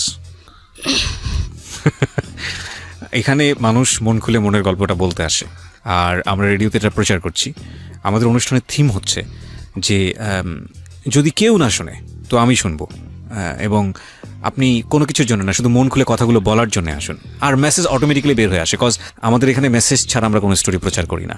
তো সেই জায়গাটা থেকে আপনার গল্প আপনি ভালো জানেন, আর সৃষ্টিকর্তা ভালো জানে, তার বাইরে কেউ জানে না। সুতরাং আপনার গল্পে আপনিই মাস্টার, এখানে নার্ভাস হওয়ার কিছু নাই। আপনি মন খুলে আপনার কথাগুলো বলুন, এবং আমার মনে হয় আপনার যেখান থেকে শুরু করতে ইচ্ছে করে আপনি সেখান থেকে শুরু করুন। জি। এটা আমার মার বিয়ের থেকে বলতে চাচ্ছি যে জি। আমার আম্মু তখন 14 বছর বয়স, তার মামা হচ্ছে ঢাকা আলিয়ার স্টুডেন্ট ছিল, ঢাকাতে একটা ডায়াবেটিক্স হাসপাতালে চাকরি করতো। তো আমার আব্বু আলিয়ার স্টুডেন্ট ছিল, আব্বু ওখানে চাকরি করতো, ওখানেই তাদের বন্ধুত্ব। এরপরে বন্ধুর বাড়িতে বেড়াতে যায় আমার আম্মুর মামা বাড়িতে। তো যাওয়ার পরে ওখান থেকে নাকি আমার আম্মুর কোরআন তেলাওয়াত শুনতে পায় আমার আব্বু ফার্স্ট টাইম। তো সেখান থেকে তার ভালো লাগা। এরপরে সে আমার ওই ভাইয়া ডাকি আমি, যাকে আমার আব্বুর মামা হয়, ওই বন্ধু হয় আমার আম্মুর মামা, তাকে জি। আমি ভাইয়া ডাকি। তো Okay. ওনাকে প্রস্তাব দেয় যে আমি তোমার ভাগ্নিকে বিয়ে করতে চাই। তো সেও দেখে যে ছেলে তো ভালোই। আমার আব্বু আবার দেখতে শুনতে খুব সুন্দর ছিল, টাকা পয়সাও মানুষের পিছনে খুব ব্যয় করতে পারতো, হয়তো ওই রকমের ভাবছে যে খুব বড় লোকের ছেলে, দেখতেও হ্যান্ডসাম। তো তারা ছেলের কোনো খোঁজ খবর না নিয়ে, আর আব্বু এমন পাগল হয়ে যায় যে আজকে দিনের মধ্যে বিয়েটা দিতে হবে। আপনি এই ঘটনাগুলো পরবর্তীতে শুনেছেন, হ্যাঁ, কারণ আপনার বাবা মার বিয়ের আগের ঘটনা তো আপনার জানার কথা না, সেটা আপনি পরবর্তীতে গল্পের মধ্যে করে শুনেছেন। যেটা শুনেছেন সেটাই বলছেন সেটাই এখানে। Okay. বলছি। তো সেই তাড়াহুড়া করে সেদিনই বিয়ে দেওয়ার জন্য বলে। তো তারাও ওই রকমের করে বিয়ে দিয়ে দেয়। আমার নানা ছিল না, কিন্তু ওই আম্মুর নানা বাড়ির লোকরা আম্মুকে বিয়ে দিয়ে দেয়। বিয়ে দিয়ে দেওয়ার পরে তো আব্বু কয়েকদিন থেকে ঢাকায় চলে আসে। এরপরে ওই আর কি বিয়েটাই সে করে আসে। এরপরে ঠিকমতো হয়তো যোগাযোগটাও করতো না আব্বুর সাথে, আম্মুর সাথে। এরকমের বেশ কিছুদিন চলতে থাকে। হঠাৎ একদিন চিঠিতে বলে যে আমার মাকে নিয়ে আসার জন্য ঢাকায়। তো আমার মাকে ঢাকায় নিয়ে আসে। নিয়ে আসার পরে এরপরে হচ্ছে আমার মাকে খুব ভয় দেখায় যে মাকে মেরে ফেলবে, অনেক দূরে নিয়ে যেত, নৌকায় চড়াইতো, বলতে তোকে এখন নৌকা থেকে ফেলে দেবো, বাসের নিচে ফেলে দেবো, ছাদে গেলে তোরে ছাদ থেকে ফেলে দেবো। এবার মানে হঠাৎ করে ভয় কেন দেখাবে? এটা সেই ভালো জানে। আপনি যা শুনেছেন সেটাই বলছেন? হ্যাঁ, সেটাই Okay. বলছি। তো মা তো এক ছোট ছিল, আর একদম গ্রাম্য মেয়ে ছিল, তার কোনো মাথায় কোনো জ্ঞানই ছিল না যে এই যে কথাগুলো বলছে এগুলো আমার গার্ডিয়ানকে বলা উচিত, বা এরকমের ভয় দেখাচ্ছে। সে ভয় পাচ্ছে শুধু। কত বছর বয়সে বিয়ে হয় আপনার মার? 14 বছর। 14 বছর। আর আপনার বাবার বয়স তখন কত ছিল? তখন হয়তো 30-র উপরে ছিল। 30-র উপরে ছিল। এটা তার প্রথম বিয়ে ছিল আপনার বাবার? না, আপনার বাবার এটা প্রথম বিয়ে ছিল না? না। ওকে, সো এগুলো একটু পয়েন্ট করার মতো, শ্রোতা একটু খেয়াল করবেন। আচ্ছা, ঠিক আছে। তারপর এরপরে তো এরকম একটা ছেলের সঙ্গে আপনার মা তাকে বিয়ে দিল কেন? আপনার মা বলছি, সরি, আপনার নানি তাকে বিয়ে দিল কেন? আমার নানি আর কি এমনভাবে ওই ভাইয়া উপস্থাপন করছিল আমার আব্বুর সম্বন্ধে যে আমার মা খুব সুখে থাকবে। সেও জানতো না যে ওনার আরেকটা ওয়াইফ আছে। আচ্ছা, তো বাবা কি করতো? সে ওই ডায়াবেটিক্স কোম্পানি হাসপাতালে চাকরি করতো। চাকরি করতো, ঠিক আছে। আর বলেন। আরেকটা কাজ করতো, ম্যান পাওয়ারের কাজ করতো, যে বিদেশে লোক পাঠায়, আদম ব্যবসা যেটাকে হ্যাঁ, বলে। আদম ব্যবসা যেটাকে বলে, এটা করতো। তো ওই রকমের আর কি। সে এখান ঢাকা থেকে যখন যাইতো অনেক টাকা নিয়ে যেত, যে ওই ভাইয়ার মার কাছে আর কি, আমার আম্মুর নানির কাছে দিত আর কি। সবাই একটু লোভে পড়ে গেছিল, আমার যেটা মনে হয়। না হয় একটা ছেলের কোনো কিছু না জেনেই ছেলের কাছে একটা মেয়েকে তুলে দেওয়া তো উচিত না। তো সেইখান থেকে বিয়েটা হয়। এরপরে তো ঢাকায় আসে আমার মা আসার পরে তখন হয়তো আমি কনসেপ্ট করি আমার মা যেটা বলছে। এরপর তো বাড়িতে যায়, বাড়িতে যাওয়ার পরে কিছুদিন পরে আব্বুও যায়। আমার নানি বাড়িতে যাওয়ার পরে আব্বুকে বলে যে ঘটনাটাই। এরপর আমার আব্বু তো কিছুতেই রাজি না, যে না, এত তাড়াতাড়ি বাচ্চা নেওয়া যাবে না, তোমার বাচ্চা নষ্ট করে ফেলতে হবে। তো মা তো আবুজ, তাকে যেভাবে ঘুরাচ্ছে আব্বু আম্মু সেভাবে ঘুরতেছে। তো হাসপাতালে নিয়ে গেল, নিয়ে যাওয়ার পরে সব ওকে নষ্ট করবে। তো ঠিক ওই মুহূর্তে আমার বড় মামা শুনতে পায় যে এই ঘটনা। তখন বড় মামা ওইখানে যেয়ে আমার মাকে নিয়ে আসে ধাক্কাইতে ধাক্কাইতে, যে তোকে তো ছোট থেকে এই শিক্ষা আমরা দেই নাই। আচ্ছা, একটা মানুষ যে পৃথিবীতে আসবে সে তার রিজিক নিয়ে আসবে, তাকে নষ্ট করার অধিকার কারোই নাই। তো সেখান থেকে নিয়ে আসার পরে তো আমার আব্বু খুব রেগে যায় যে স্বামীর কথা শুনলো না, ভাইয়ের কথা শুনলো। সে ওখান থেকে রাগ করে চলে যায়। চলে যাওয়ার পরে দীর্ঘদিন আর কোনো যোগাযোগ নেই। যোগাযোগ নেই, তখন তো চিঠির যুগ ছিল। একটা চিঠি যেতে যেতেও অনেকদিন সময় লেগে যেত, 10-15 দিন সময় লাগতো। হ্যাঁ। তো হঠাৎ এরপরে আমি আসি পৃথিবীতে। আসার পরে তাকে জানানো হলো, তখন সে তার আসি মানে হচ্ছে আপনার মা কনসিভ করেন, তাই তো? হ্যাঁ, আপনার মা ওই সময়ে আপনার নানু বাড়িতে থাকা অবস্থায়, না কনসেপ্ট করে ঢাকাতে যখন আমার না সেটা তো বলতে পারছি, এবার ধরা পড়ে হচ্ছে আর নানু বাড়িতে নানি থাকা বাড়িতে অবস্থায়। যাওয়ার পরে তখন তো আব্বু হচ্ছে নানি বাড়িতে যায়, যাওয়ার পরে আব্বুকে বলে, আর আচ্ছা। আব্বু যখন নষ্ট করতে চায় আমার আম্মু রাজি না হয়, সেইখান থেকে আব্বু রাগ করে ঢাকায় চলে আসে। আচ্ছা। তো ওই টাইমটাতে আমার ওই যে ফার্স্ট আর কি আব্বুর যে বিয়ে করছিল ওনার আর একটা বেবি হয়। আচ্ছা। তো আমার মাকে বলে যে মাহমুদার একটা বাচ্চা হয়েছে, মাহমুদা খুব ছোট আর কি, মাহমুদার খুব প্রশংসা করতো। তো আমার মা কখনো জিজ্ঞাসা করতো না যে মাহমুদাটা কে কে তুমি তার প্রশংসা করতো, তার মাথায় এটাও ছিল না, জিজ্ঞেস করার মতো হয়তো তার ওই বোধটাও ছিল না। এরপরে ওই যখন আর কি আমার পেটের বয়স 3 মাস আর কি আমার আম্মুর, তখন আব্বু হচ্ছে আমার আম্মুর কাছে বলে যে তোর বাবাকে বল টাকা দেওয়ার জন্য, আমি বিদেশ যাব। তো আমার নানা তখন জমি বিক্রি করে তাকে ওই সময় 25,000 টাকা দেয়। তো সে ঢাকায় আসে, ঢাকায় আসার পরে তার তো বিদেশে প্রসেসিং চলতেছে, সেটা আর নানি বাড়ির লোকজন জানতো না। তো যখন আমার বয়স নাকি 15 দিন আর কি পৃথিবীতে আসার পরে 15 দিন বয়স, তখন আমার আম্মুর কাছে একটা চিঠি যায় যে তুমি তাড়াতাড়ি ওকে নিয়ে আসো, আমি এরকমের বিদেশ যাব, তো আমি চাচ্ছি তোমাদের ঢাকায় রেখে যাব। তো চিঠিটা পৌঁছাতে আমার মার কাছে দেরি হয়ে যায়। তো মা যখন ঢাকাতে আসে, যেদিন আসে সেদিনই শুনে যে আব্বুর ফ্লাইট হয়ে গেছে, আর আব্বুর সাথে দেখা হয় নাই। তো এরপরে তো আবার মা চলে যায় গ্রামে, আব্বুর সাথে আর কোনো যোগাযোগ নেই। মা চিঠি দিত কিন্তু চিঠির কখনো উত্তর আসতো না, আর আব্বু দিত কিনা সেটা আব্বুই ভালো জানে। ওকে, এই ঘটনাগুলো আপনি কার কাছ থেকে শুনেছেন? এটা আমার মার কাছ থেকে, নানির কাছ থেকে। এখানে একটা বিষয় একটু নোট করে নেই, এই কথাগুলো আপনি যখন শুনতেন তখন আপনার বাবার প্রতি অনুভূতিটা কি হতো? ঘৃণা। ঘেন্না হতো। একদম ভেতরে যা হয়েছে আপনি সেটাই আজকে এখানে বলবেন, আপনাকে আমি অনুরোধ করছি বিশেষভাবে। আপনার কখনো মনে হয়েছে যে মা বা নানি যেটা বলছে সেটা বাবাকে সামনাসামনি কি জিজ্ঞেস করে তারপরে বিশ্বাস করি?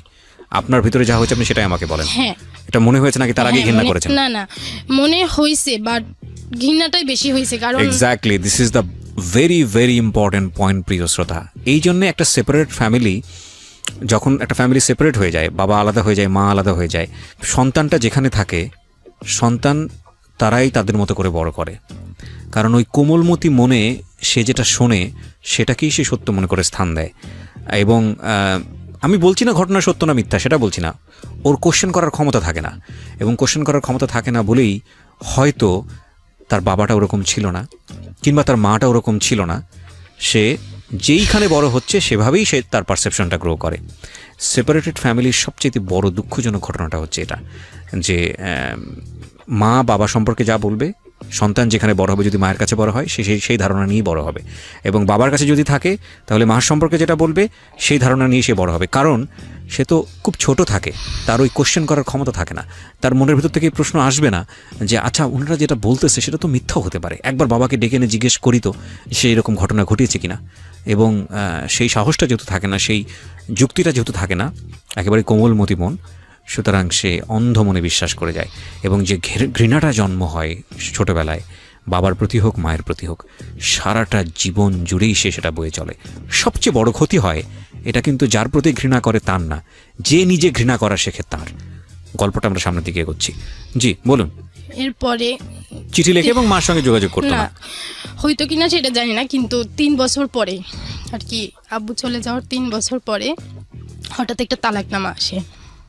তালাকনামাটা আসার পরে আমার নানার হাতে এসে পৌঁছায়। তো নানা তালাকনামাটা দেখে তখন চিন্তা করে যে যেহেতু ছেলে 3 বছর খোঁজ খবর রাখে নাই, ইসলামিক দৃষ্টিতে 3 মাস যদি স্বামী স্ত্রীর মধ্যে যোগাযোগ বিচ্ছিন্ন থাকে সেই ক্ষেত্রে তালাক হয়ে যায়। কে বলেছে আপনাকে? এটা শুনছি আর কি। শুনেছেন? এরকম শোনা অনেক ভুল জিনিসই আমরা জানি। ঠিক আছে, সমস্যা নেই, বলুন। হ্যাঁ, সেখানে 3 বছর আর কি টোটালি যোগাযোগ নাই। আচ্ছা। হ্যাঁ, তো তারপর তো তালাকনামা হাতে চলে আসছে। সেইখানে এখন তো আর মেয়েকে বসায় রাখা ঠিক না, আমরা কতদিন বেঁচে থাকবো, আর এই মেয়ে আর একটা মেয়ে। আমি যদি ছেলে হতাম সেই ক্ষেত্রে একটা তাদের চিন্তা থাকতো, তাদের চিন্তা যে একটা মেয়ে হয়েছে আর ও মেয়ে, কোথায় এদের স্থান হবে। জি। তো সেই ক্ষেত্রে আমার মাকে তারা বিয়ে দেওয়ার চিন্তা করলো। তো চিন্তা করলো, তারা ওই রকমের চিন্তা করলো, কিন্তু আমার মা কিছুতে বিয়ের জন্য রাজি হয় নাই ওই টাইমে। আচ্ছা। যে বিয়ে তো একবারই হয়, আমি যে আমার বিয়ে হলে আমার বাচ্চাটা কি হবে। আচ্ছা, যেই ধারণাটা সেটা আপনার মায়ের ব্যক্তিকেন্দ্রিক ধারণা না, এটা আমাদের পুরো সমাজেরই একটা ধারণা। হ্যাঁ বলেন। তো তারপরে তাকে জোর করে বিয়ে দিয়ে দেওয়া হয়, তখন আমার বয়স 2.5 বছর। জি। তো বিয়ে দিয়ে দেওয়ার পরে মা তো চলে যায় শ্বশুর বাড়িতে, আমি আমার নানির কাছেই থাকি। আচ্ছা, তো জোর করে বিয়ে দেওয়া হলো, ছেলেটা কি করতো? কিছুই করতো না, বেকার। আপনার তখন 2.5 বছর, আপনার নিজের কি কোনো মেমোরি আছে ওই সময়ের, যে মার কি হচ্ছে না হচ্ছে, কোনো স্মৃতি কি আছে? না, আমার কিছুই মনে নাই, জাস্ট আমার মা বলতো, আমি আর কি আমার মাকে বলি, তোমরা সবাই তোমাদের সুখের জন্য তোমরা পথ খুঁজে নিয়েছো, কিন্তু আমার কি অবস্থা হবে আর কি, এখন কথাগুলো বলি। ওই 2.5 বছরের কোনো মেমোরি নাই আপনার? আচ্ছা, তো আপনার মা চলে গেল, তারপর? এরপর মা বলে যে আমি কোনো কিছুতে বিয়ে করতে চাই নাই, সবাই আর কি সমাজ তাকে বিয়ে দিছে। সমাজ তাকে জোর করে বিয়ে দিয়েছে? হ্যাঁ, সমাজ তাকে বিয়ে দিছে, আর যে ছেলের সাথে বিয়ে হয়েছে সেও বেকার। আচ্ছা। তো মা বলে যে মাঝে মধ্যে আমাকে নিত ওই বাড়িতে, কিন্তু তাদের তো ওই যে ছেলের সাথে বিয়ে হয়েছে উনি আবার অবিবাহিত ছিল। শ্বশুরবাড়ির লোকজন এক বিবাহিত মেয়েকে বিয়ে করছে, তার জন্য এক চাপ, এরপরে আবার বাচ্চা তাদের সাথে থাকবে, সেটা তো আর এক চাপ, যেখানে নানি নানার কাছেই থাকতে হয়েছে। মাঝে মধ্যে হয়তো বেড়াতে গেছি এরকমের, কিন্তু নানি নানার কাছে ছিলাম। এরপরে কিছুদিন আর কি আমার মার হয়তো বিয়ের 1-1.5 বছর পরে আমার আব্বু আসে। আমার আব্বু আসে ডাইরেক্ট আমার নানি বাড়িতে যায়। আব্বু বলতে?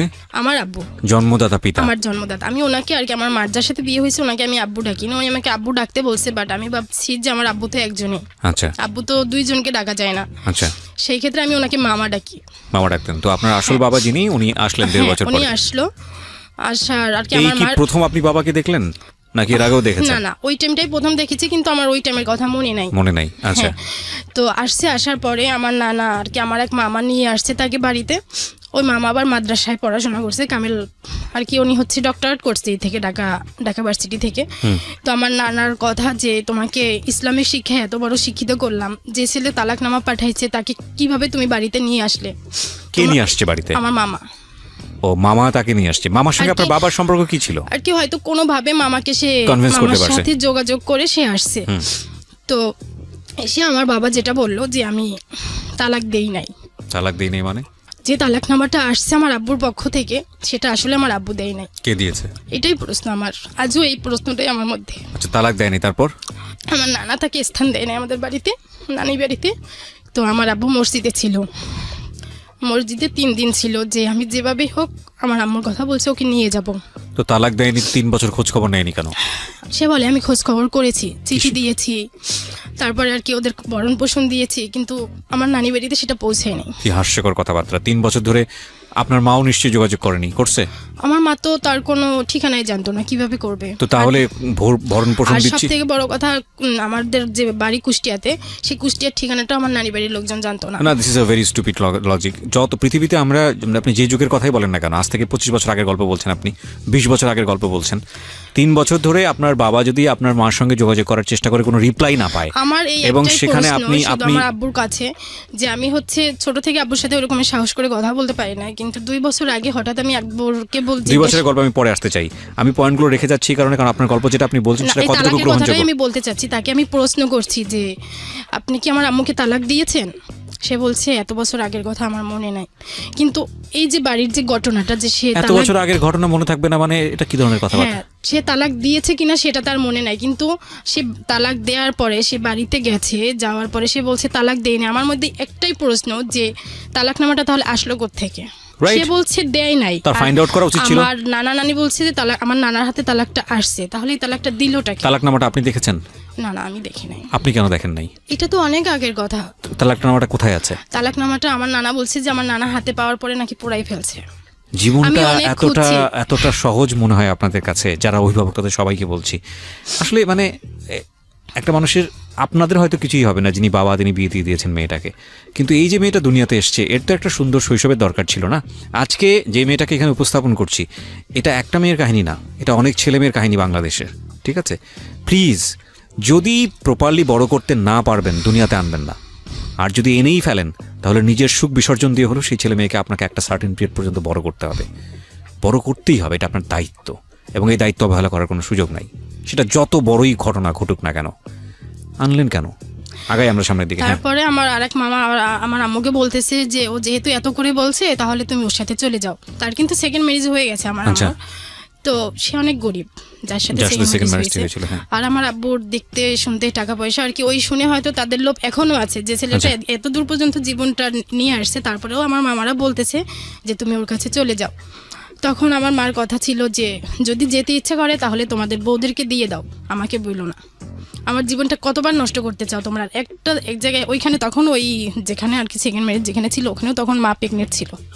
ওহো, তো ওই প্রেগনেন্ট থাকা আমার বাচ্চাটা নিরাপদ থাকতে পারে না। হুম তো আমি মনে করি যে আমার মা বাবার কাছে আছে, মাঝে মধ্যে হলে আমি এসে দেখে যেতে পারি, আর আব্বু যদি নিয়ে যায় তাহলে কখনোই হয়তো দেখতে পারবে না। সেইখান থেকে আমার মা চাইছিল না যে আমাকে দিয়ে দেখ, তো আমার নানারাও দেয় নাই, যে আমরা যেভাবে কষ্ট করে থাকি ও আমাদের সাথে কষ্ট করে থাকবে। তো এইভাবে চলতে থাকে। এরপরে আব্বু আসে আর কি মালয়েশিয়াতে থাকতো তখন, তার ওই ফ্যামিলিও নিয়ে গিয়েছিল আর কি। ফার্স্ট যে ফ্যামিলি ছিল ওইখানে তার 2টা ছেলে হয়েছিল, তো ওদেরকে নিয়ে এসে মালয়েশিয়াতে থাকতো। প্রতি বছর একবার করে আসতো, এসে আমাকে দেখে যেত, কাপড় চাপড় যেগুলো দরকার হতো এগুলো দিয়ে যেত। এরকম করতে করতে 2000 সাল পর্যন্ত আসছে। তখন তো আমি প্রাইমারিতে পড়ি, পড়াশোনা মোটামুটি চলতেছে। এরপরে 2000 সালে আসার পরে 2000 সালে সে মালয়েশিয়া থেকে আমেরিকাতে চলে যায়, আর তার ওই ফ্যামিলিকে কুষ্টিয়াতে পাঠিয়ে দেয়। তো এরপরে এরকমের চলতে থাকে। এরপরে আর যোগাযোগ বন্ধ, আমার সাথে আর যোগাযোগ নাই আর কি। কষ্টটা এরপরে যখন বুঝতে পারি যে বাবা আর কি সবার বাবারা ভালোবাসতেছে, বাবারা আসতেছে, তো সেইখান থেকে আমার প্রশ্ন থাকতো তাদের কাছে যে আমার বাবা কোথায় আর কি। এটা ছোটোর থেকে ছোট কথা বলতেছি, তখনও আর কি বাবা যখন বুঝতে শিখছি আমার বাবা কোথায়। আর আব্বু যে প্রতি বছর আসতো ওরকম আসতো, হয়তো দেরি করে আর কি। আমার যতটুকু মনে আছে ক্লাস 4-এ উনি শেষ আসছিল, তখন আমাকে বলছিল যে তুমি চলে আসো। আমি বলছি আমি আম্মুকে ছাড়া যেতে পারবো না। তো বলছে যে তোমার আম্মুকে তো আর নেওয়া যাবে না, কিন্তু আমি ভাবতাম যে আম্মুকে কেন নেওয়া যাবে না, আমি যদি যেতে পারি তাহলে আম্মু আমার সাথে যাবে। এরপরে আব্বুর থেকে ঘৃণা থেকে হচ্ছে ছেলেদের উপরে যে ঘৃণাটা হয় যে আমার মাকে একটা ছেলে কষ্ট দিয়েছে, আমি ওরকমের ছেলেদেরকে কষ্ট দেব। এটা কোন সময় আপনার রিয়েলাইজেশনটা হয়? এটা হচ্ছে ক্লাস 7-এ। ক্লাস 7-এ থাকা অবস্থায়। ওকে। এরপরে একটা ছেলের সাথে ফার্স্ট আর কি সেই আমাকে লাভ লেটার দেয়, তারপরে কবে দিল এটা আপনাকে? এটা ক্লাস 8-এ কিভাবে দিল? দিল যে না ওইটা। ওকে। তো পরে দেখলাম যে এরকমের কিছু লেখা, তখন আমিও আর কি আমার তো টার্গেটই ছিল যে আমি এই কাজটা করব, যে ছেলেদের জীবন নষ্ট করব। নষ্ট বলতে কেউ আমাকে প্রেমের প্রস্তাব দিল, আমি তাকে প্রেমের আর কি রাজি হব, রাজি হওয়ার পরে কিছুদিন তার সাথে কথাবার্তা বললে বন্ধ করে দিব। আচ্ছা, এটা আপনার টার্গেট ছিল? এইটা আমার টার্গেট ছিল। টার্গেটটা কেন ছিল? এই যে বাবার উপরে ঘৃণা থেকে, যে আমার বাবা আমার মাকে কেন কষ্ট দিল, সুতরাং আমিও ছেলেদেরকে কষ্ট দিব। আমিও ছেলেদেরকে কষ্ট দেব। ওকে, তারপর? এরপরে ওইটা হয়তো 2-3 মাসের মতো ছিল। এরপরে আবার আরেকটা ছেলে প্রস্তাব দিল, তারপর তার প্রস্তাবে রাজি হয়ে গেলাম আর কি। প্রেমের ওইটা হচ্ছে ফোনে ছিল। ওইটা ছিল এরকমের যে আমার মামা খালা যারা আছে আর কি, আমার নানার ফ্যামিলি, এদের সম্মান কেউ কখনো নষ্ট করতে পারে নাই সামাজিকভাবে। তো মামা খালা দিয়ে যেহেতু পারে নাই, তাদের টার্গেট ছিল আমাকে দিয়ে। তারা একটা ছেলেকে রাজি করায় যে যত টাকা পয়সা লাগে আমরা দেব, তুই দেখ জাস্ট ওই মেয়েটা কী করতে পারো কিনা। তো আমি তো আর এটা আমার মাথায় ছিল না, আমার তো টার্গেট ছিল অন্যদিকে আর তাদের টার্গেট অন্যদিকে। তারপরে ওই ছেলেটা এরকমের ফোনে আমার নানার জানতো, আমার নানা সকালে নামাজ পড়তে যায়, ফোনটা বাসায় থাকে, তো নানার ফোনে কল আসলো। কল আসার পরে সাধারণত আমি নানার ফোন রিসিভ করতাম। তো এরপরে রিসিভ করার পরে সে তার কথা বলতেছিল যে এইভাবে। তো আমি তো অল্পতেই রাজি হয়ে গেলাম, যেহেতু আমার টার্গেট এরকমের। তো রাজি হয়ে যাওয়ার পরে তার সাথে কথা হতে এখন একটা সময় দেখতেছি যে সে আসলে আমাদের সম্মান নষ্ট করতে চাচ্ছে। সে ফোনে রেকর্ড করে রাখছে যে আমি যদি বিয়ে করি তাহলে অমুক বাড়ির নাতিকেই বিয়ে করব, ওইটা আমার শ্বশুর বাড়ি। তো ফোন রেকর্ড করে ওইটা আবার তার হচ্ছে যে কল আসলে যে টোনটা বাজে এরকমের টোন সে সেভ করে রাখছে। তো যখন ওই আর কি বাড়ির পাশে দোকানপাট ছিল, তো কল আসলে এসব কথা হতো, নাম ধরে সে রেকর্ড করে রাখছে। আবার আমার কিছু কথা যে কথাগুলো হতো, কিন্তু কখনো বাজে কোনো কথা আমার মাথায়ও আর কি ওই রকমের আসতো না যে প্রেম মানে হয়তো বাজে কিছু হতে পারে। জাস্ট আমার টার্গেট ছিল যে হয়তো এরকমেরই। তো এরপরে যখন এটা আমাদের কান পর্যন্ত গেল, তারা আমাকে কুষ্টিয়াতে পাঠিয়ে দিল। মানে আপনার টার্গেট ছিল যে আপনি বিভিন্ন ছেলের লাইফ নষ্ট করবেন প্রেমের ছলনা করে, যেহেতু আপনার বাবা আপনার মার সাথে এরকম করেছে। এরকম কাজ করতে গিয়ে একটা সময় একটা ছেলে তার কলার টিউনে আপনার সাথে সম্পর্ক আছে এটা সেট করে রেখেছিল, যেই ফোন দিত সেই শুনতে পেতো এটা। এবং এটা আপনার মামারা জানার পরে আপনাকে কুষ্টিয়াতে পাঠিয়ে দিল। কুষ্টিয়া মানে হচ্ছে আপনার বাবার বাড়িতে পাঠিয়ে। বাবার এর মাঝখানে একটা কথা বলি না, এই যে তালাকনামা নিয়ে যে কথাটা ছিল, সেটা হচ্ছে আমার এক কাকা যখন আমি 6-এ পড়ি তখন আমাদের বাড়িতে যায় যে তালাকনামা খোঁজে। হয় আমার মা ডিভোর্স দিয়েছে সেইটা, না হয় তালাক দিয়েছে সেইটা। তো তারা তো কিছুতেই আমার নানা বাড়ির লোকজন দিতে পারে না, যে আমরা মেয়েদেরকে ডিভোর্স দিই নাই, তালাকনামা পেয়েছি, সেটা দিয়েই আমরা মেয়েকে বিয়ে দিয়েছি। তো এই তালাকনামাটা হচ্ছে আমার আব্বু চাইছিল আমেরিকা থেকে সে তখন আমেরিকাতে আর একটা বিয়ে করবে। তো আমেরিকাতে বিয়ে করবে, তার কোনো ওয়াইফ বাংলাদেশে আছে কিনা তাকে সেটা ওখানে দেখাতে হবে। তো সে ওখানে বলছে যে আমার কোনো ওয়াইফ নাই, আমি তাকে ছেড়ে দিয়েছি, তো তার একটা প্রুফ ওখানে দেখাতে হবে।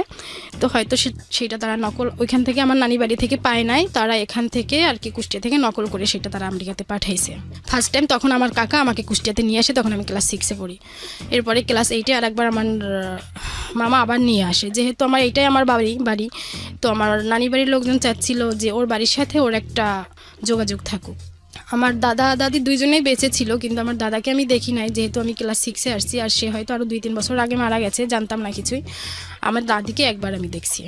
এরপরে হলো ওই ক্লাস 9-এর কথা, যেটা আর কি মামারা জানতে পারে, তখন আমাকে কুষ্টিয়াতে পাঠিয়ে দেওয়ার পরে ওখানে বেশ কিছুদিন থাকতে থাকি। তো ওদের যেটা ছিল, এখানে তো আমার সৎ ভাই বোন আরও বেশ কয়েকটা 5 জন ছিল এরা এখানে। ওদের মধ্যে বড় মেজো ওরা মোটামুটি ভালো ছিল, ছোটগুলো ছোট ছিল, তারপরেও ওদের মধ্যে এখন এটা বড়দের শিক্ষা ছিল নাকি ওদের থেকেই ওরা করতো।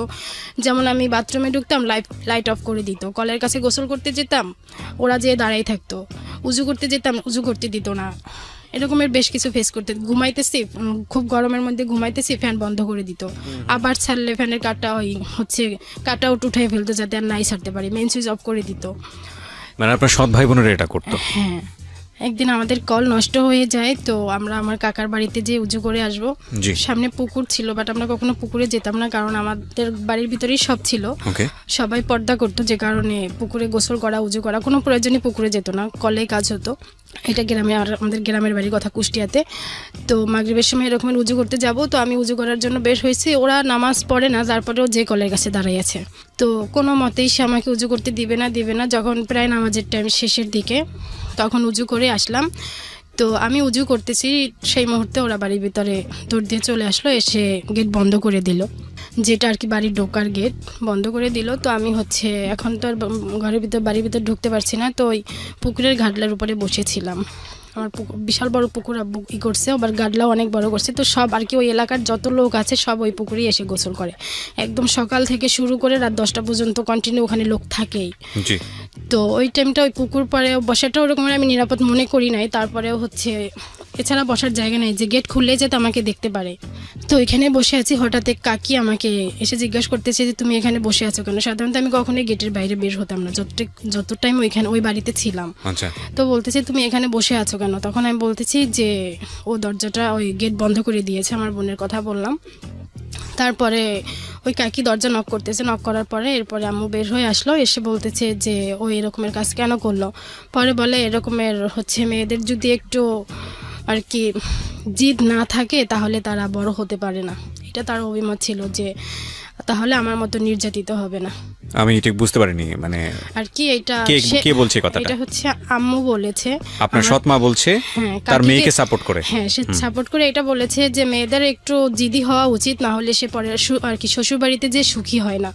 আর কি তার কথা যে ও যেটা করেছে সেটা ঠিক করেছে, মানে তার মেয়ে যেটা করেছে। হ্যাঁ, তার মেয়ে যেটা করেছে। এরপরে বাসায় আসলাম, আর কি এরকমের ছিল যে কারো কোনো কথা হতো না, জাস্ট আমি সবসময় একটা জিনিস চিন্তা করতাম যে নানা বাড়িতে থাকাটা তো একটা মেয়ে হোক ছেলে হোক কারোই পরিচয় না। যখন আমি নানি বাড়িতে ছিলাম, এখনও আর কি আশেপাশের লোকজন সবাই চেনে যে অমুকের নাতি, বাট আমার মধ্যে প্রশ্ন যে কেউ যদি আমাকে জিজ্ঞাসা করে তোমার বাবার নাম কি, আমি তোমার বাবার নামটাই বলি, কিন্তু ওই এলাকায় তো আমার বাবা নামে কেউ নেই। এই বিষয়টা আমার মধ্যে সবসময় কাজ করতো যে আমি আমার বাবার নাম ঠিকই বলছি, কিন্তু এই এলাকাতে কেউ আমার বাবাকে চিনতে পারছে না, এটা তো আমার পরিচয় না। আমার পরিচয় হওয়া উচিত আমার বাড়িতেই, সেখানে আমি কষ্টে থাকি, বাট আমি যদি আমার বাবার নামটা বলি সবাই যাতে আমাকে চেনে যে অমুকের মেয়ে। তো ওইটা চিন্তা করেই আমি কষ্ট যতই হোক, আমার চিন্তা ছিল যতটুকু কষ্ট হোক আমি আমার পরিচয়টা নিয়ে এখানে থাকি, তারা যাই বলুক। আমি যদি চুপ থাকি, আমার নানি একটা কথা আমাকে সবসময় বলতো যে নিজে ভালো হলে জগৎ ভালো, এই কথাটা আমার মাথায় সবসময় কাজ করতো। মানে আপনি ধরে নিয়েছিলেন যত রকমের অন্যায় হোক না কেন আমি চুপ থাকবো, আমি এখানে থাকবো, চুপ থাকবো। আর ওরকম করে আব্বুর সাথে এমনি মাঝে মধ্যে কথা বলতো যে দাও ওর কাছে দাও, কেমন আছো, ভালো আছি, এরকমের। কখনো সে আমাকে জিজ্ঞাসা করতো না যে তোমার এখানে থাকতে কষ্ট হচ্ছে কিনা, কেউ তোমাকে আপনি বলেই বা কি করবেন, এখানে বলে তো কোনো সমাধান হতো না। আপনার বাবা টেনশনে থাকতো, আপনি থাকতে পারতেন না ভালো এখানে, এই কথা বলার পরে এটাই আমার মাথায় ছিল যে আজকে আমি এদের বিরুদ্ধে যতই কমপ্লেন করি সেও এদেরকে রিয়েক্ট করবে, তখন এরা আমার উপরে ডাবল রিয়েক্ট করবে, যেটা Right. আমার আরও বেশি কষ্ট হবে। এটা চিন্তা করে কখনোই আমি তাদের বিরুদ্ধে আপনার কাছে কমপ্লেন করি নাই। জাস্ট কেমন আছো, ভালো আছি, এই পর্যন্ত আমি এখানে যেমন করে আমি ম্যানেজ করে নিচ্ছি, যতটুকু কষ্ট হোক আমি সহ্য করছি। তো এরকম করতে করতে 5 মাস, তখন আমি ক্লাস 10-এ উঠি। তো ক্লাস 10-এর পরীক্ষা আমি দেই নাই আর কি, 10-এ ওঠার যে পরীক্ষাটা সেটাও দেই নাই, টেস্ট পরীক্ষা ছিল। তখন আমাকে স্যাররা ফোন করে, আমি নানির বাড়িতে তো পড়াশোনা করতাম, ওখান থেকে স্যাররা ফোন করে যে টেস্ট হবে, তুমি আসো। তো এরপরে মামাদেরকেও খুব করে বললো যে ওকে নিয়ে আসো। তো এইখানে যে ছিলাম, এখানে আবার একটা আমি মাদ্রাসায় পড়াশোনা করেছি, একটা মাদ্রাসায় হচ্ছে এরা ক্লাস করার জন্য যে তুমি ওখানে ক্লাস করো। তো এত দূর ছিল যে হেঁটে যেতে খুব কষ্ট হতো, অনেক দূর ছিল আর কি। আমি একদিন ক্লাস করলে পরের দিন আর কি ক্লাস থেকে ফেরার পথে আমার মনে হতো যে আগামীকালকে ক্লাসটা আমি কীভাবে করব। এত দূর ছিল, হেঁটে যাওয়া আমার পক্ষে মোটেই সম্ভব ছিল না। তারপরেও আর কি তাদের প্যারায় যে ক্লাস করতেই হবে, হয়তো আসলে এটা তাদের মধ্যে কি ছিল, একদিন আর কি আমি ক্লাসে কিছুতেই যাব না।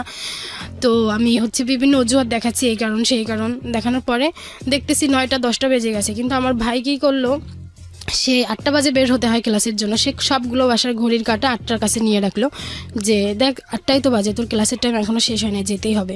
কিন্তু আমি তো জানি যে ক্লাসের টাইম আমি শেষ করে ফেলছি, আমি ক্লাসে যাব না।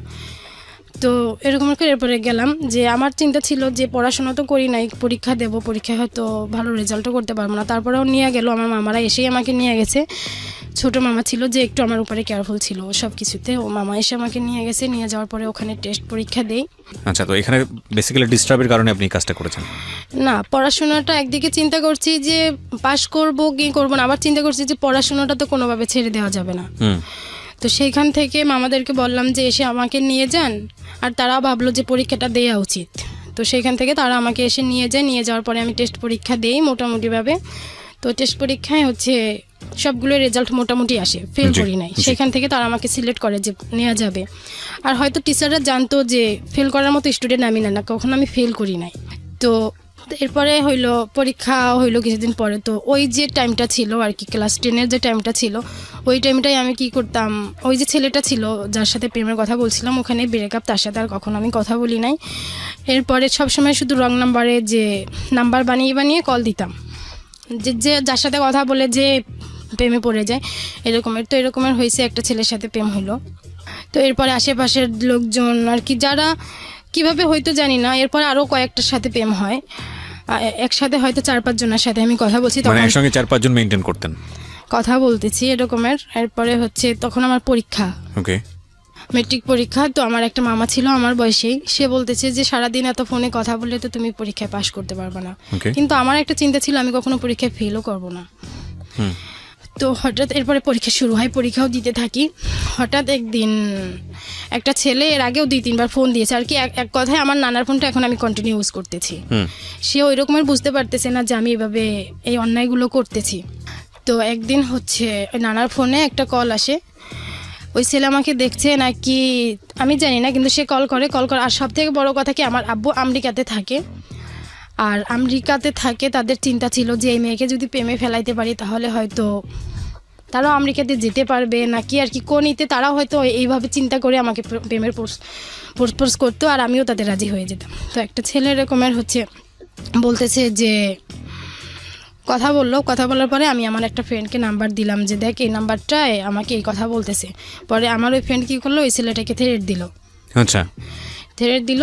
পরে তারপরের দিন হচ্ছে আমার ইংলিশ পরীক্ষা ছিল, রবিবার ছিল, ইংরেজি পরীক্ষা ছিল। তো সে আমাকে পরে সকালে ফোন করে বলতেছে যে কালকে দেখে নেব, তোমাকেও দেখে নেব, তোমার ফ্রেন্ডকেও দেখে নেব, আমাকে কেন থ্রেট দিল। তো আমি পরীক্ষার হলে গেলাম। পরীক্ষার হলে পরীক্ষা শুরু হওয়ার আগেই একটা ছেলে, তখন আমরা 4 বান্ধবী একই কালার ওড়না পরে গিয়েছিলাম, ফিরোজা কালার একই কালার ওড়না পরে গিয়েছিলাম। তো একটা ছেলে এসে ফার্স্টে একটা মেয়েকে জিজ্ঞাসা করলো যে এখানে আনিলাকে, তো ওটা দেখাই দিল পিছনে।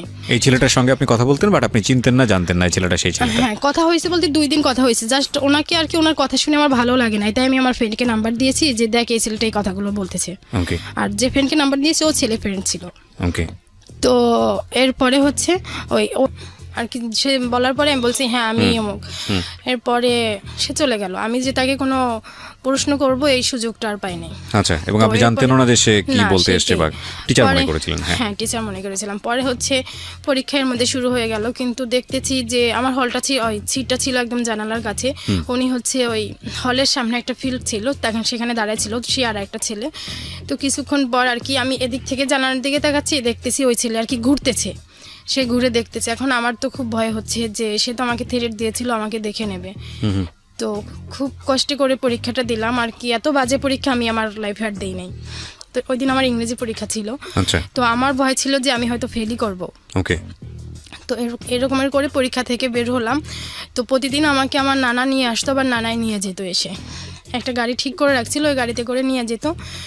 আর নানা আসতে দেরি হলো ওই গাড়িওয়ালাই আমাকে নিয়ে যেত। আচ্ছা। তো ওই দিনকার হচ্ছে হল থেকে বের হয়ে গাড়িওয়ালাকেও সামনে দেখছি না। তো আমার খুব ভয় হইতেছে। পরে আমি আমার একটা বান্ধবীকে বললাম যে আমি আমাকে তোমার সাথে করে নিয়ে যাও, আমার হচ্ছে আমি একা যেতে পারবো না।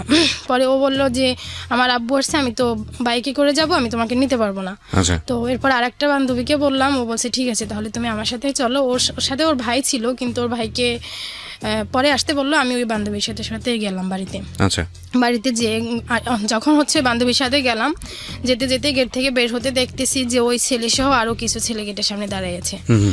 তো তখন আরও বেশি ভয় হলো যে এখান থেকে তারা কোনো দুর্ঘটনা ঘটায় কিনা। তো ভালোই ভালো বাড়িতে গেলাম, যে হচ্ছে আমি বাড়িতে সব ঘটনাটা খুলে বললাম এইভাবে।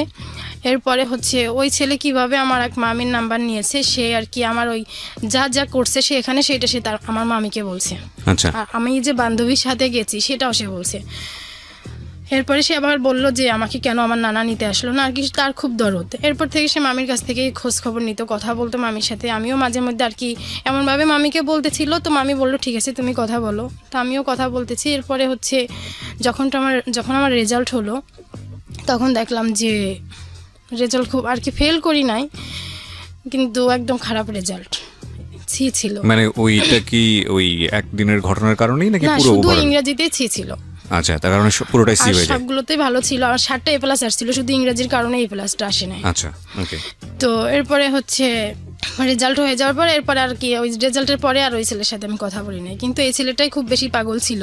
পরে হচ্ছে পরীক্ষা যখন হয় তখন আমার আব্বু পরীক্ষার করে আমার হচ্ছে মামাদের কাছে টাকা পাঠায়, 20,000 টাকা পাঠায় পরীক্ষার খরচ বাবদ। জি, তো যখন দেখলো মামারা যে আব্বু টাকাটা পাঠাইলো, তখন মামারা চিন্তা করলো যে গ্রামে পড়াশোনা না করে ঢাকায় যদি পড়াশোনা করে তাহলে ওর ভবিষ্যৎটা ভালো হবে, যেহেতু সে খরচপত্র দিবে। আর মামাদের পক্ষে এতটা আর কি আমার ঢাকায় যদি পড়াশোনা করায় সেই ক্ষেত্রে তো খরচ একটু এক্সট্রা বেশি লাগে।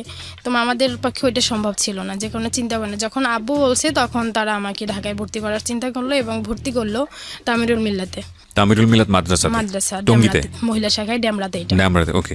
তো এরপরে হচ্ছে আব্বু টাকা পয়সা দিতেছে আর পড়াশোনা এখানে করতেছি। তো রেজাল্টের পরে হচ্ছে আমি আবার আমাদের হোম ডিস্ট্রিক্ট আর কি কুষ্টিয়াতে গিয়েছিলাম।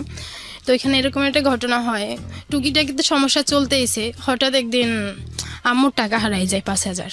আচ্ছা, তো হারাই যাওয়ার পরে তো আমি আদৌ কিছুই জানি না। সে বলতেছিল যে গোসলখানায় গোসল করতে গেছে, তখন নাকি ওইখানে এক চিপায় রেখে দিয়েছে। তো আমাকে এসে জিজ্ঞাসা করতেছে যে তুমি কি টাকাটা দেখছো? তো আমি বললাম যে না আমি দেখি নাই। তো আমার মেজো যে ভাইটা ও বলতেছে যে হ্যাঁ আম্মু ও মিথ্যা বলতেছে, টাকাটা তো আমরা দুইজনে ভাগ করে নিয়েছি। আমাকে এবার বলতেছে আপু তুমি বলো, তুমি আমাকে 3,000 টাকা দিছো আর তুমি 2,000 টাকা নিয়েছো না? তো আমি তো আমি টাকার কোনো জানি না আর কি, সে এখানে রেখেছে কি না বা হারাই গেছে কিছুই জানি না। অথচ আমাকে আমার ভাই বলতেছে যে তুমি টাকাটা নিয়েছো, আমাকে 3,000 দিয়েছো, তুমি তো 2,000 রাখছো, তুমি আমাকে টাকা 2,000 ফেরত দাও, আমি আমার 3,000 ফেরত দিয়ে দিই। আমি টাকা নেই তাহলে আমি দেবো কিভাবে? তো তারা কি করলো, কবিরাজের বাড়িতে গেল, এসে আমাকে খুব ভয় টয় দেখাইলো, তুমি টাকাটা দিয়ে দাও না হয় এই করবো। তো আমার ভিতরে কোনো ভয় ছিল না, যেহেতু আমি টাকাটা নেই নাই। তো এরপরে হচ্ছে ওই ভর্তি হওয়ার জন্য মামারা ঢাকাতে নিয়ে ভর্তি হওয়ার জন্য না, এরপরে হচ্ছে আব্বু উত্তরাতে বাসা নেয় আর কি কুষ্টিয়া যারা আছে। এরপর আমেরিকার যে ফ্যামিলি তার ওইখানে তার 3টা বাচ্চা হয় আমেরিকাতে, 3টা মেয়ে, ওদেরকে বাংলাদেশে পাঠাইলো। আর কুষ্টিয়ার যে ফ্যামিলি এরাও গেল, এরপর উত্তরাতে বাসা নেয় যে এখানেই তারা থাকবে। এরপরে হচ্ছে মামারা বললো যে বাসায় থাকার দরকার নাই, যদি মাদ্রাসাতে ভর্তি করে তাহলে হোস্টেলেই রেখে দেবো। ওকে, তো এরপরে ভর্তি হয়ে ওখানে হোস্টেলে রেখে দেয়। তো এরকম করে চলতেছে, ইন্টারও মোটামুটি শেষ হলো। পরে ইন্টারের পরে হচ্ছে আব্বু আবার আসলো, এসে বলতেছে, সে আসতো প্রতি বছরই 2বার 1বার করে আসে। এরপরে এসে কুষ্টিয়াতে নিয়ে যাওয়ার পরে আমি তখনও বলতেছিলাম আর কি, ইন্টার শেষ হয়ে যাওয়ার পরে আমি বলতেছিলাম যে আমি এডমিশন দিতে চাচ্ছি। তো সে বলতেছে আর কি আমার ছোট থেকে ইচ্ছা ছিল যে আমি হচ্ছে লয়ে পড়বো। ওকে।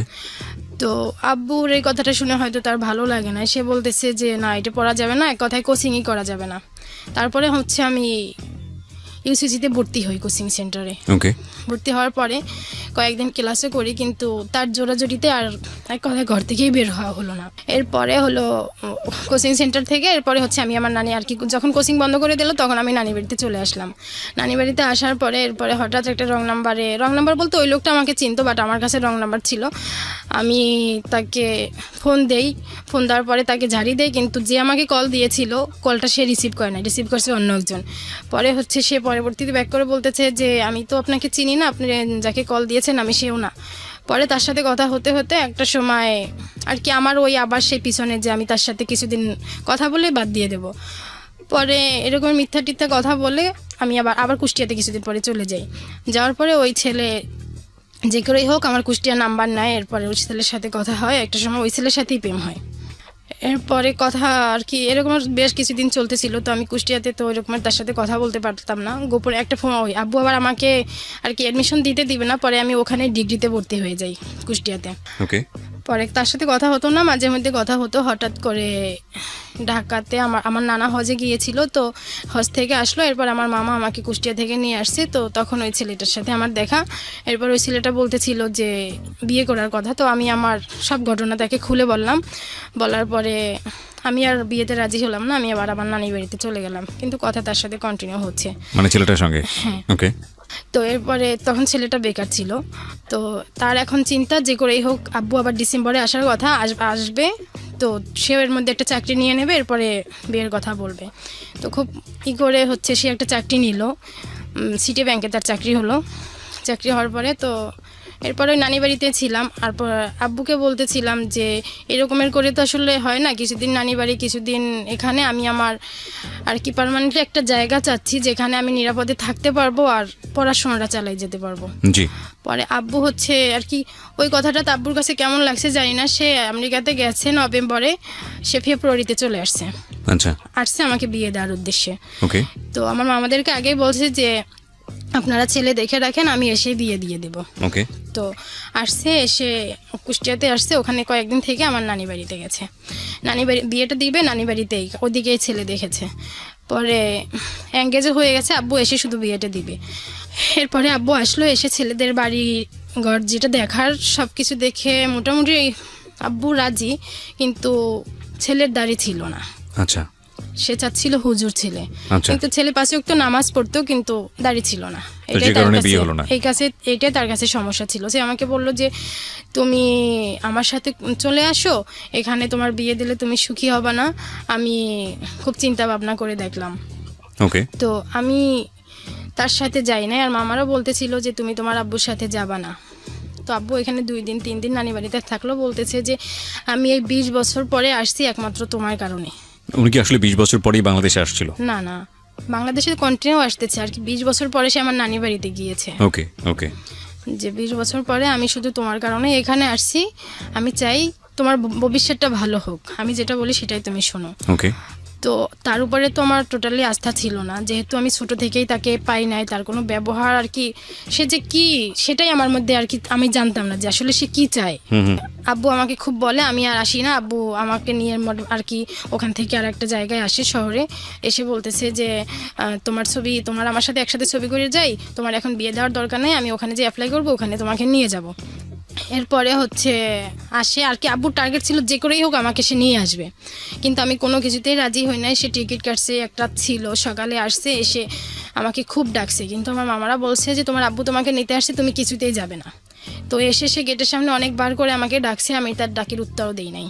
তো উত্তরও দেয় নাই, সে খুব অপমান বোধ করছে যে এইখানে একমাত্র মেয়ের সম্পর্কেই এখানে আসছি, আর মেয়েই আজকে আমার সাথে কথা বলতেছে না।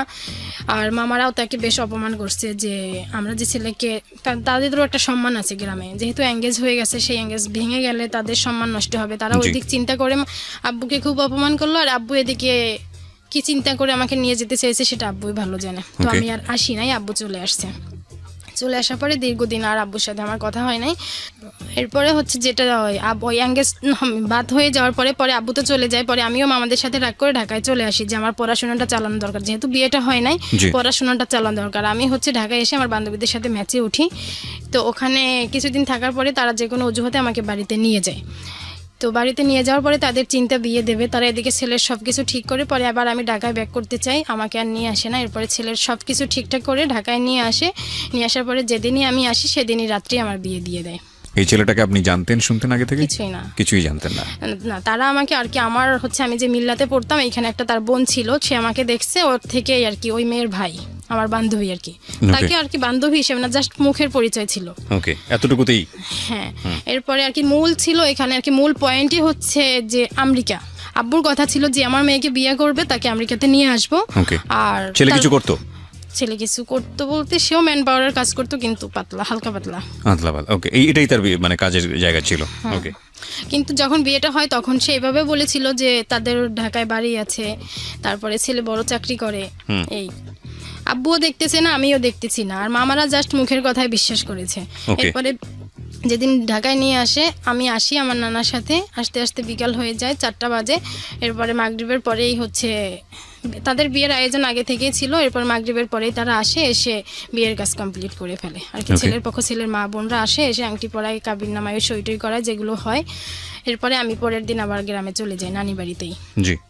এরপরে 2 দিন পরে ছেলেরা যায়, যে পরে আবার আমাকে তাদের বাসায় নিয়ে আসে। আচ্ছা। এরপরে যেটা হয় যে যে ছেলের সাথে আমার বিয়ে হয়, নাম কি ছিল ওর? ওনার নাম বলতে চাচ্ছি না। আচ্ছা, ঠিক আছে। তো আপনার হাজবেন্ড বলেই বলেন, তাহলে আমাদের জন্য আমার বোঝাটা husband। সহজ হবে। হ্যাঁ। তো উনি হচ্ছে এমন যে সকালে বাসা থেকে বের হতো, নতুন বিয়ে হয়েছে তো ফোন দিতাম, ফোন দিলে কখনো এসে ফোন পিক আপ করতো না, আবার রাত 12টা বাজে বাসায় ফিরতো, ফোন দেই ফোন ধরে না, এরকমের করে চলতেছে। তো আর কাজেরও ওই রকমের কিছু না যে একটা প্রয়োজন হলো সে প্রয়োজনটা মিটাবে, এটা তার পক্ষে সম্ভব না।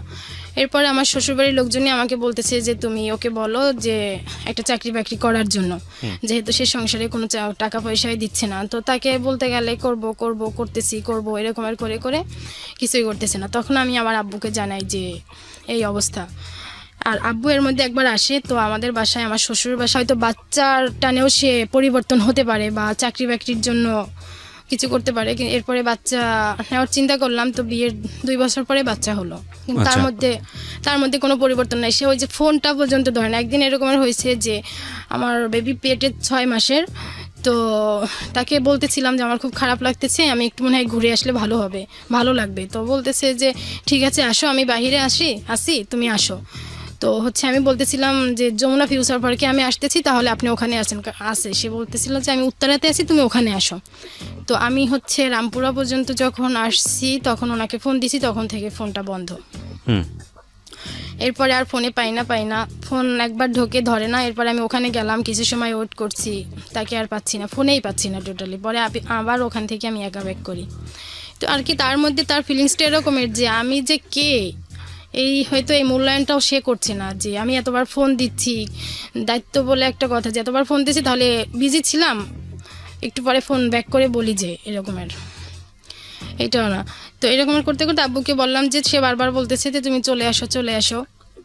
তো আমিও যেতে চাচ্ছি না। এরপর তো বাচ্চাটা হয়ে গেল, এখন চিন্তা অন্য রকমের যে যদি আমি এখান থেকে চলে যাই সেক্ষেত্রে তো বাচ্চাটার কষ্ট হবে, আমার মতোই কষ্ট হবে, ওকে ফেস করতে হবে, তাহলে আমি যাব না। তো এর অবস্থা এতটাই খারাপ যে না যেও উপায় নাই আর কি, আমার একটা কিছু করতে হবে। তখন আমি চিন্তা করলাম যে আমি চাকরি করি। আমার শ্বশুর শাশুড়ি বলতেছে যে তুমি যদি চাকরি করো তাহলে হয়তো ওর পরিবর্তন হতে পারে। তখন আমার বাচ্চার বয়স 1.5 বছর। তো আমি একটা হচ্ছে চাকরি তো বললেই পাওয়া যায় না, অ্যাভেলেবেল চাকরি হয় না। সেই ক্ষেত্রে আমার আর কি এই যে বিয়েটা আর কি ছেলেদের উপরে ঘৃণা থেকে আমি চাচ্ছি যে আর কোনো মেয়ের বিয়ে না হোক। যেমন আমার একটা খালাতো বোনের বিয়ে দিতে চাই, চাকরির জায়গা থেকে হঠাৎ করে অন্য জায়গায় চলে যাচ্ছেন কেন? ওই আর কি ওই খালাতো বোনের কথা বলতে গিয়ে যে খালাতো বোনের বিয়ে দিবে, তো আমি চাচ্ছি ওর বিয়ে না হোক, সেক্ষেত্রে ওকে আমি ঢাকায় নিয়ে আসছি আমার উদ্যোগে। হ্যাঁ, সেটা তো অনেক পরের প্রসঙ্গ। আপনি চাকরি থেকে চাকরির ট্রায়ের জায়গা থেকে হঠাৎ করে ওকেই আর কি চাকরির জন্য ও এসে ওকে একটা চাকরি দিয়েছি, পরে ওকেই বলছি যে আমাকে একটা চাকরি আর কি দেখ পারো কিনা। পরে ও আমাকে একটা গার্মেন্টসের কথা বলে যে ওইখানে তুমি গেলে স্টোরে কাজ করতে পারবা, আমাদের বেসিক্যালি পরিচিত। বিষয়টা হচ্ছে যে আপনি খালাতো বোনকে কোনো এক সময় ঢাকায় নিয়ে আসছিলেন কোনো একটা এটা কাজের আমার ব্যবস্থা বিয়ের করার পরে জন্য, আর কি। বিয়ের আমি পরে, যখন এই বিয়ের এবং এটা- তারপরে আপনি তার কাছে হেল্প চেয়েছেন যে কোথাও আপনাকে কাজের ব্যবস্থা করে পরে দিতে পারে ওইখানে কিনা। হচ্ছে আমি 15 দিনের মতো কাজ করি, করার পরে এদিকে বাচ্চাটাও দেড় বছর বয়সে অসুস্থ হয়ে যাচ্ছে, আমাকে খুব মিস করে। সেই ক্ষেত্রে হচ্ছে আমি ওখান থেকে আর কি সবাই বলতেছে যে ওকে আর কি, আমার হাজবেন্ডকে খুব চাপ দিতেছে যে তুমি একটা কিছু করো তাহলে ও ব্যাক করবে। তো আমার শ্বশুরবাড়ির লোকজন কি করলো, আমাদেরকে আলাদা করে দিল, যে আলাদা করলে হয়তো ওর উপরে একটু প্রেশার পড়লে ও কাজ করবে। তো সে একটা চাকরি নিল, নেওয়ার পরে 3 মাস ওই চাকরিটা করলো। শ্বশুর শাশুড়ি সবার ননদ সবার মুখে একটাই কথা, যে বাবা বাড়ি থেকে তো আমি কিছুই নিয়ে আসতে পারি না, আরও আমার বাবা 5 লক্ষ টাকা তাদের কাছ থেকে নিয়েছে, আর সেই টাকাটা হচ্ছে আমার শ্বশুর এবং শাশুড়ির দুইজনের জমি বিক্রি করে, শ্বশুরের 10 কাঠা আর শাশুড়ির 10 কাঠা জমি বিক্রি করে তারপর তাদেরকে টাকাটা দিয়েছে। তো বাবা কিছুই দেয় না, এরকমের স্বামী, তো স্বামীকে আমি কিছু বলি না, এরকমের বলে পরে আবার আমি চাকরি একাই আর কি বাসা, আমি আমার মার ওখানে যাই, যে ওখান থেকে আসি, এসে একা একা আবার চাকরিতে জয়েন করি। আমার একটা বোনকে নিয়ে আসি, নিয়ে এসে যে আমার বাচ্চাটাও রাখবে, আমি চাকরি করব, আর আমার হাজব্যান্ড আছে থাকুক, সম্পর্ক যেভাবে আছে থাকুক, আমি আলাদা থাকি, ও আলাদা থাকুক। এরপরে আবার চাকরি নেই, চাকরি নেওয়ার পর ওইখানে বেশ কিছুদিন করি। এরপরে আব্বুকে টাকা পয়সার কথা বললে সে তো আর দিবেই না টাকা, যে তুমি ওখান থেকে চলে আসো। তার একই কথা যে বিয়ে দেওয়ার পরে এমনি খুশি হয়ে দিতে পারে, কিন্তু সবসময় তো বলাও যায় না, আর সে দিতেও না ওই রকমের করে। এরপরে চাকরি ওখানে নেই, পরে হঠাৎ করে আব্বু বলতেছে যে তুমি পাসপোর্ট করে ফেলো, যত তাড়াতাড়ি সম্ভব তোমাকে নিয়ে যাব। এরপরে পাসপোর্ট করি, তখন চাকরিতেই ছিলাম। এরপরে হঠাৎ করে বলতেছে, এরপর ডিএনএ টেস্টের জন্য ডাকলো, যখন ডিএনএ টেস্ট হলো তখন হবে আর কি, তখন আমি চাকরিটা ছেড়ে দিই। DNA টেস্ট বলতে? ডিএনএ টেস্ট বলতে ওখান থেকে আর কি আব্বুর মেয়ে কিনা সেটা ওইটার জানার জন্য? জন্য, এটা হচ্ছে ওই এম্বাসি থেকে আর ইমিগ্রেশন থেকে আর কি, আমেরিকান ইমিগ্রেশন থেকে বাংলাদেশ এম্বাসিতে পাঠাইছে ডিএনএ টেস্টের জন্য, এটা আব্বুর কথা, ওকে যে ডিএনএ টেস্টের পরে হয়তো বেশি সময় লাগবে না, তো এটা চিন্তা করে আমি চাকরিটা ছেড়ে দেই, ওকে যে এখন তো আর বেশি দিন সময় লাগবে না, যে করে হোক যে কয়দিন থাকি কষ্ট করে বাংলাদেশ আর কি চাকরিটা একটু ছাড়াই থাকি। তো এরপর আবার আমার শ্বশুর শাশুড়ির সাথে এক হই, আচ্ছা এক হওয়ার পরে এরপরে এখন এদের তো চাপ খুব, যে কেন তোমার বাবা নিতেছে না, আমাদের টাকাগুলো ব্যাক করতে দাও, ব্যাক করে দিতে বলো তোমার বাবাকে, আমরা অন্য কিছু করব, আমাদের আমেরিকা যাওয়ার দরকার নেই। এখন তাদের খুব নেগেটিভ চিন্তা আব্বুর উপরে, যে আমাকে তারা বিক্রি করে দিয়েছে, এই কথা তারা বলে যে তোমাকে তোমার বাবা বিক্রি করে দিয়েছে, তোমার মার সাথে তোমার বাবার সম্পর্ক আগেই নষ্ট হয়ে গেছে, তাহলে তোমার মামারা কেন আমাদের থেকে টাকাগুলো নিল, সবাই প্ল্যান করে তোমাকে বিক্রি করে দিয়েছে, যদি এরকম একটা হইতো তাহলে তোমার মামারা বাবা কেউ কিছু হলেও তোমার বিয়েতে দিত। এক কথা আমার বিয়েতে কারো পক্ষ থেকে কোনো কিছুই আসে নাই, শুধু মেয়ে হিসাবেই তারা নিয়ে আসছে আমাকে। ওকে তো এরপরে কিছুদিন আগে যে এই বছরের শুরুতে আব্বু আসছে, এসে আসার পরে আমি আব্বুকে বলতেছি যে আমি একবারে চলে আসতে চাচ্ছি। তার কথা যে তুমি চলে আসলে আমি ওদের টাকাটা দিয়ে দেব, আর এরা আমাকে টাকার জন্য এতটাই প্রেশার দিচ্ছে যে এদের সাথে থাকাটা আমার কষ্টকর হয়ে যাচ্ছে। ওকে তো সেই ক্ষেত্রে আমি বলতেছি যে তাহলে আমি একবারে চলে আসি, আপনি এদের টাকাটা দিয়ে দেন। বলতেছে ঠিক আছে তুমি চলে আসো। তো আমি হচ্ছে এখান থেকে আমার মামাকে করে গেলাম, কারণ আমার হাজব্যান্ডের ওরকমের ছিল না যে তা সে এতটাই আর কি বেকার, তো বেকার, তারপরেও বর্তমান যুগে বেকার হলেও কিছুটা হলে নিজের ফোনের ব্যালেন্স ঢুকানোর মতো তো টাকা থাকে, তার কাছে এটাও থাকে না। তার একটা বাচ্চা যে আর কি অসুস্থ হলে মেডিকেল পর্যন্ত নিয়ে যাবে সেটাও তার পক্ষে সম্ভব না। তো আব্বুকে বলার পরে এরপরে আমি গেলাম আমাদের বাড়িতে, যাওয়ার পরে মোটামুটি তাকে বললাম খুব করে, মামা বুঝালো যে টাকাগুলো দিয়ে দেন, আর না হয় ওদেরকে যত দ্রুত সম্ভব নিয়ে যান। সে বলছে হবে হবে হবে এরকমের করে। পরে আমি ওখানে থাকবো এই চিন্তা করলাম, আব্বু চলে গেল। তো থাকতেছি বেশ কিছুদিন, এরপর আমার এমএ পরীক্ষা ছিল ফার্স্ট ইয়ারের, ওইটা দিলাম। দেওয়ার পরে আবার যখন আসলাম এখানে আর কি কুষ্টিয়াতে গেলাম, তখন আম্মু আব্বুকে বলতেছে যে এখানে মেয়েকে রাখা যাবে না, যদি রাখো তাহলে আলাদা বাসা করে রাখতে হবে। ওকে তো ওখানে আবার ছোট একটা বাচ্চা আছে, ও আর আমার ছেলে, তারা খুব আর কি দুষ্টামি মারামারি, এক কথায় মারামারিটাই সারাক্ষণ লেগে থাকতো, ওকে যেটা নিয়ে আরও সংসারের মধ্যে বেশি ঝামেলা হতো। তো আব্বুকে বলতেছি যে এরকমের ওরা সারাক্ষণ মারামারি করে, তো কি করা যায়? আব্বু বলে ঠিক আছে তাহলে তুমি তোমার বাচ্চাকে ওর বাবা বাড়ি পাঠিয়ে দাও। যখন এই কথা বললো তখন আমার পক্ষে তো আর ওকে ওর বাবা বাড়ি পাঠিয়ে দিয়ে একা থাকা সম্ভব না, যে ছেলের জন্য হচ্ছে আমি এই পর্যন্ত আর কি, আমার বিয়ে হয়েছে 6 বছর, আমি সবসময় 6 বছর, ওর বয়স 4 বছর, এই 4 বছর চিন্তা করতেছি যে যত কষ্ট হোক আমি ওর জন্য, যাতে ওর বাবা দাদা সবার ভালোবাসাটা পায়, আমার যত কষ্ট হোক আমি এখানেই থাকি। জি তো যখন এই কথা সে বললো তখন আমি ওখান থেকে চলে আসি আবার। ঢাকাতেই চলে আসি। তাও একাই আসি, আমাকে কেউ নিয়ে আসতে যায় না, একা আসি। একা আসার পরে এখন এখানে থাকতেছি। তাদের কথা যে করেই হোক টাকাটা তোমার বাবার থেকে এনে দাও। আর আমার বাবার কথা হচ্ছে যে না, তোমাকে নিয়ে আসবো। কিন্তু আমি ওই এই একটা জিনিস বুঝতে পারতেছি না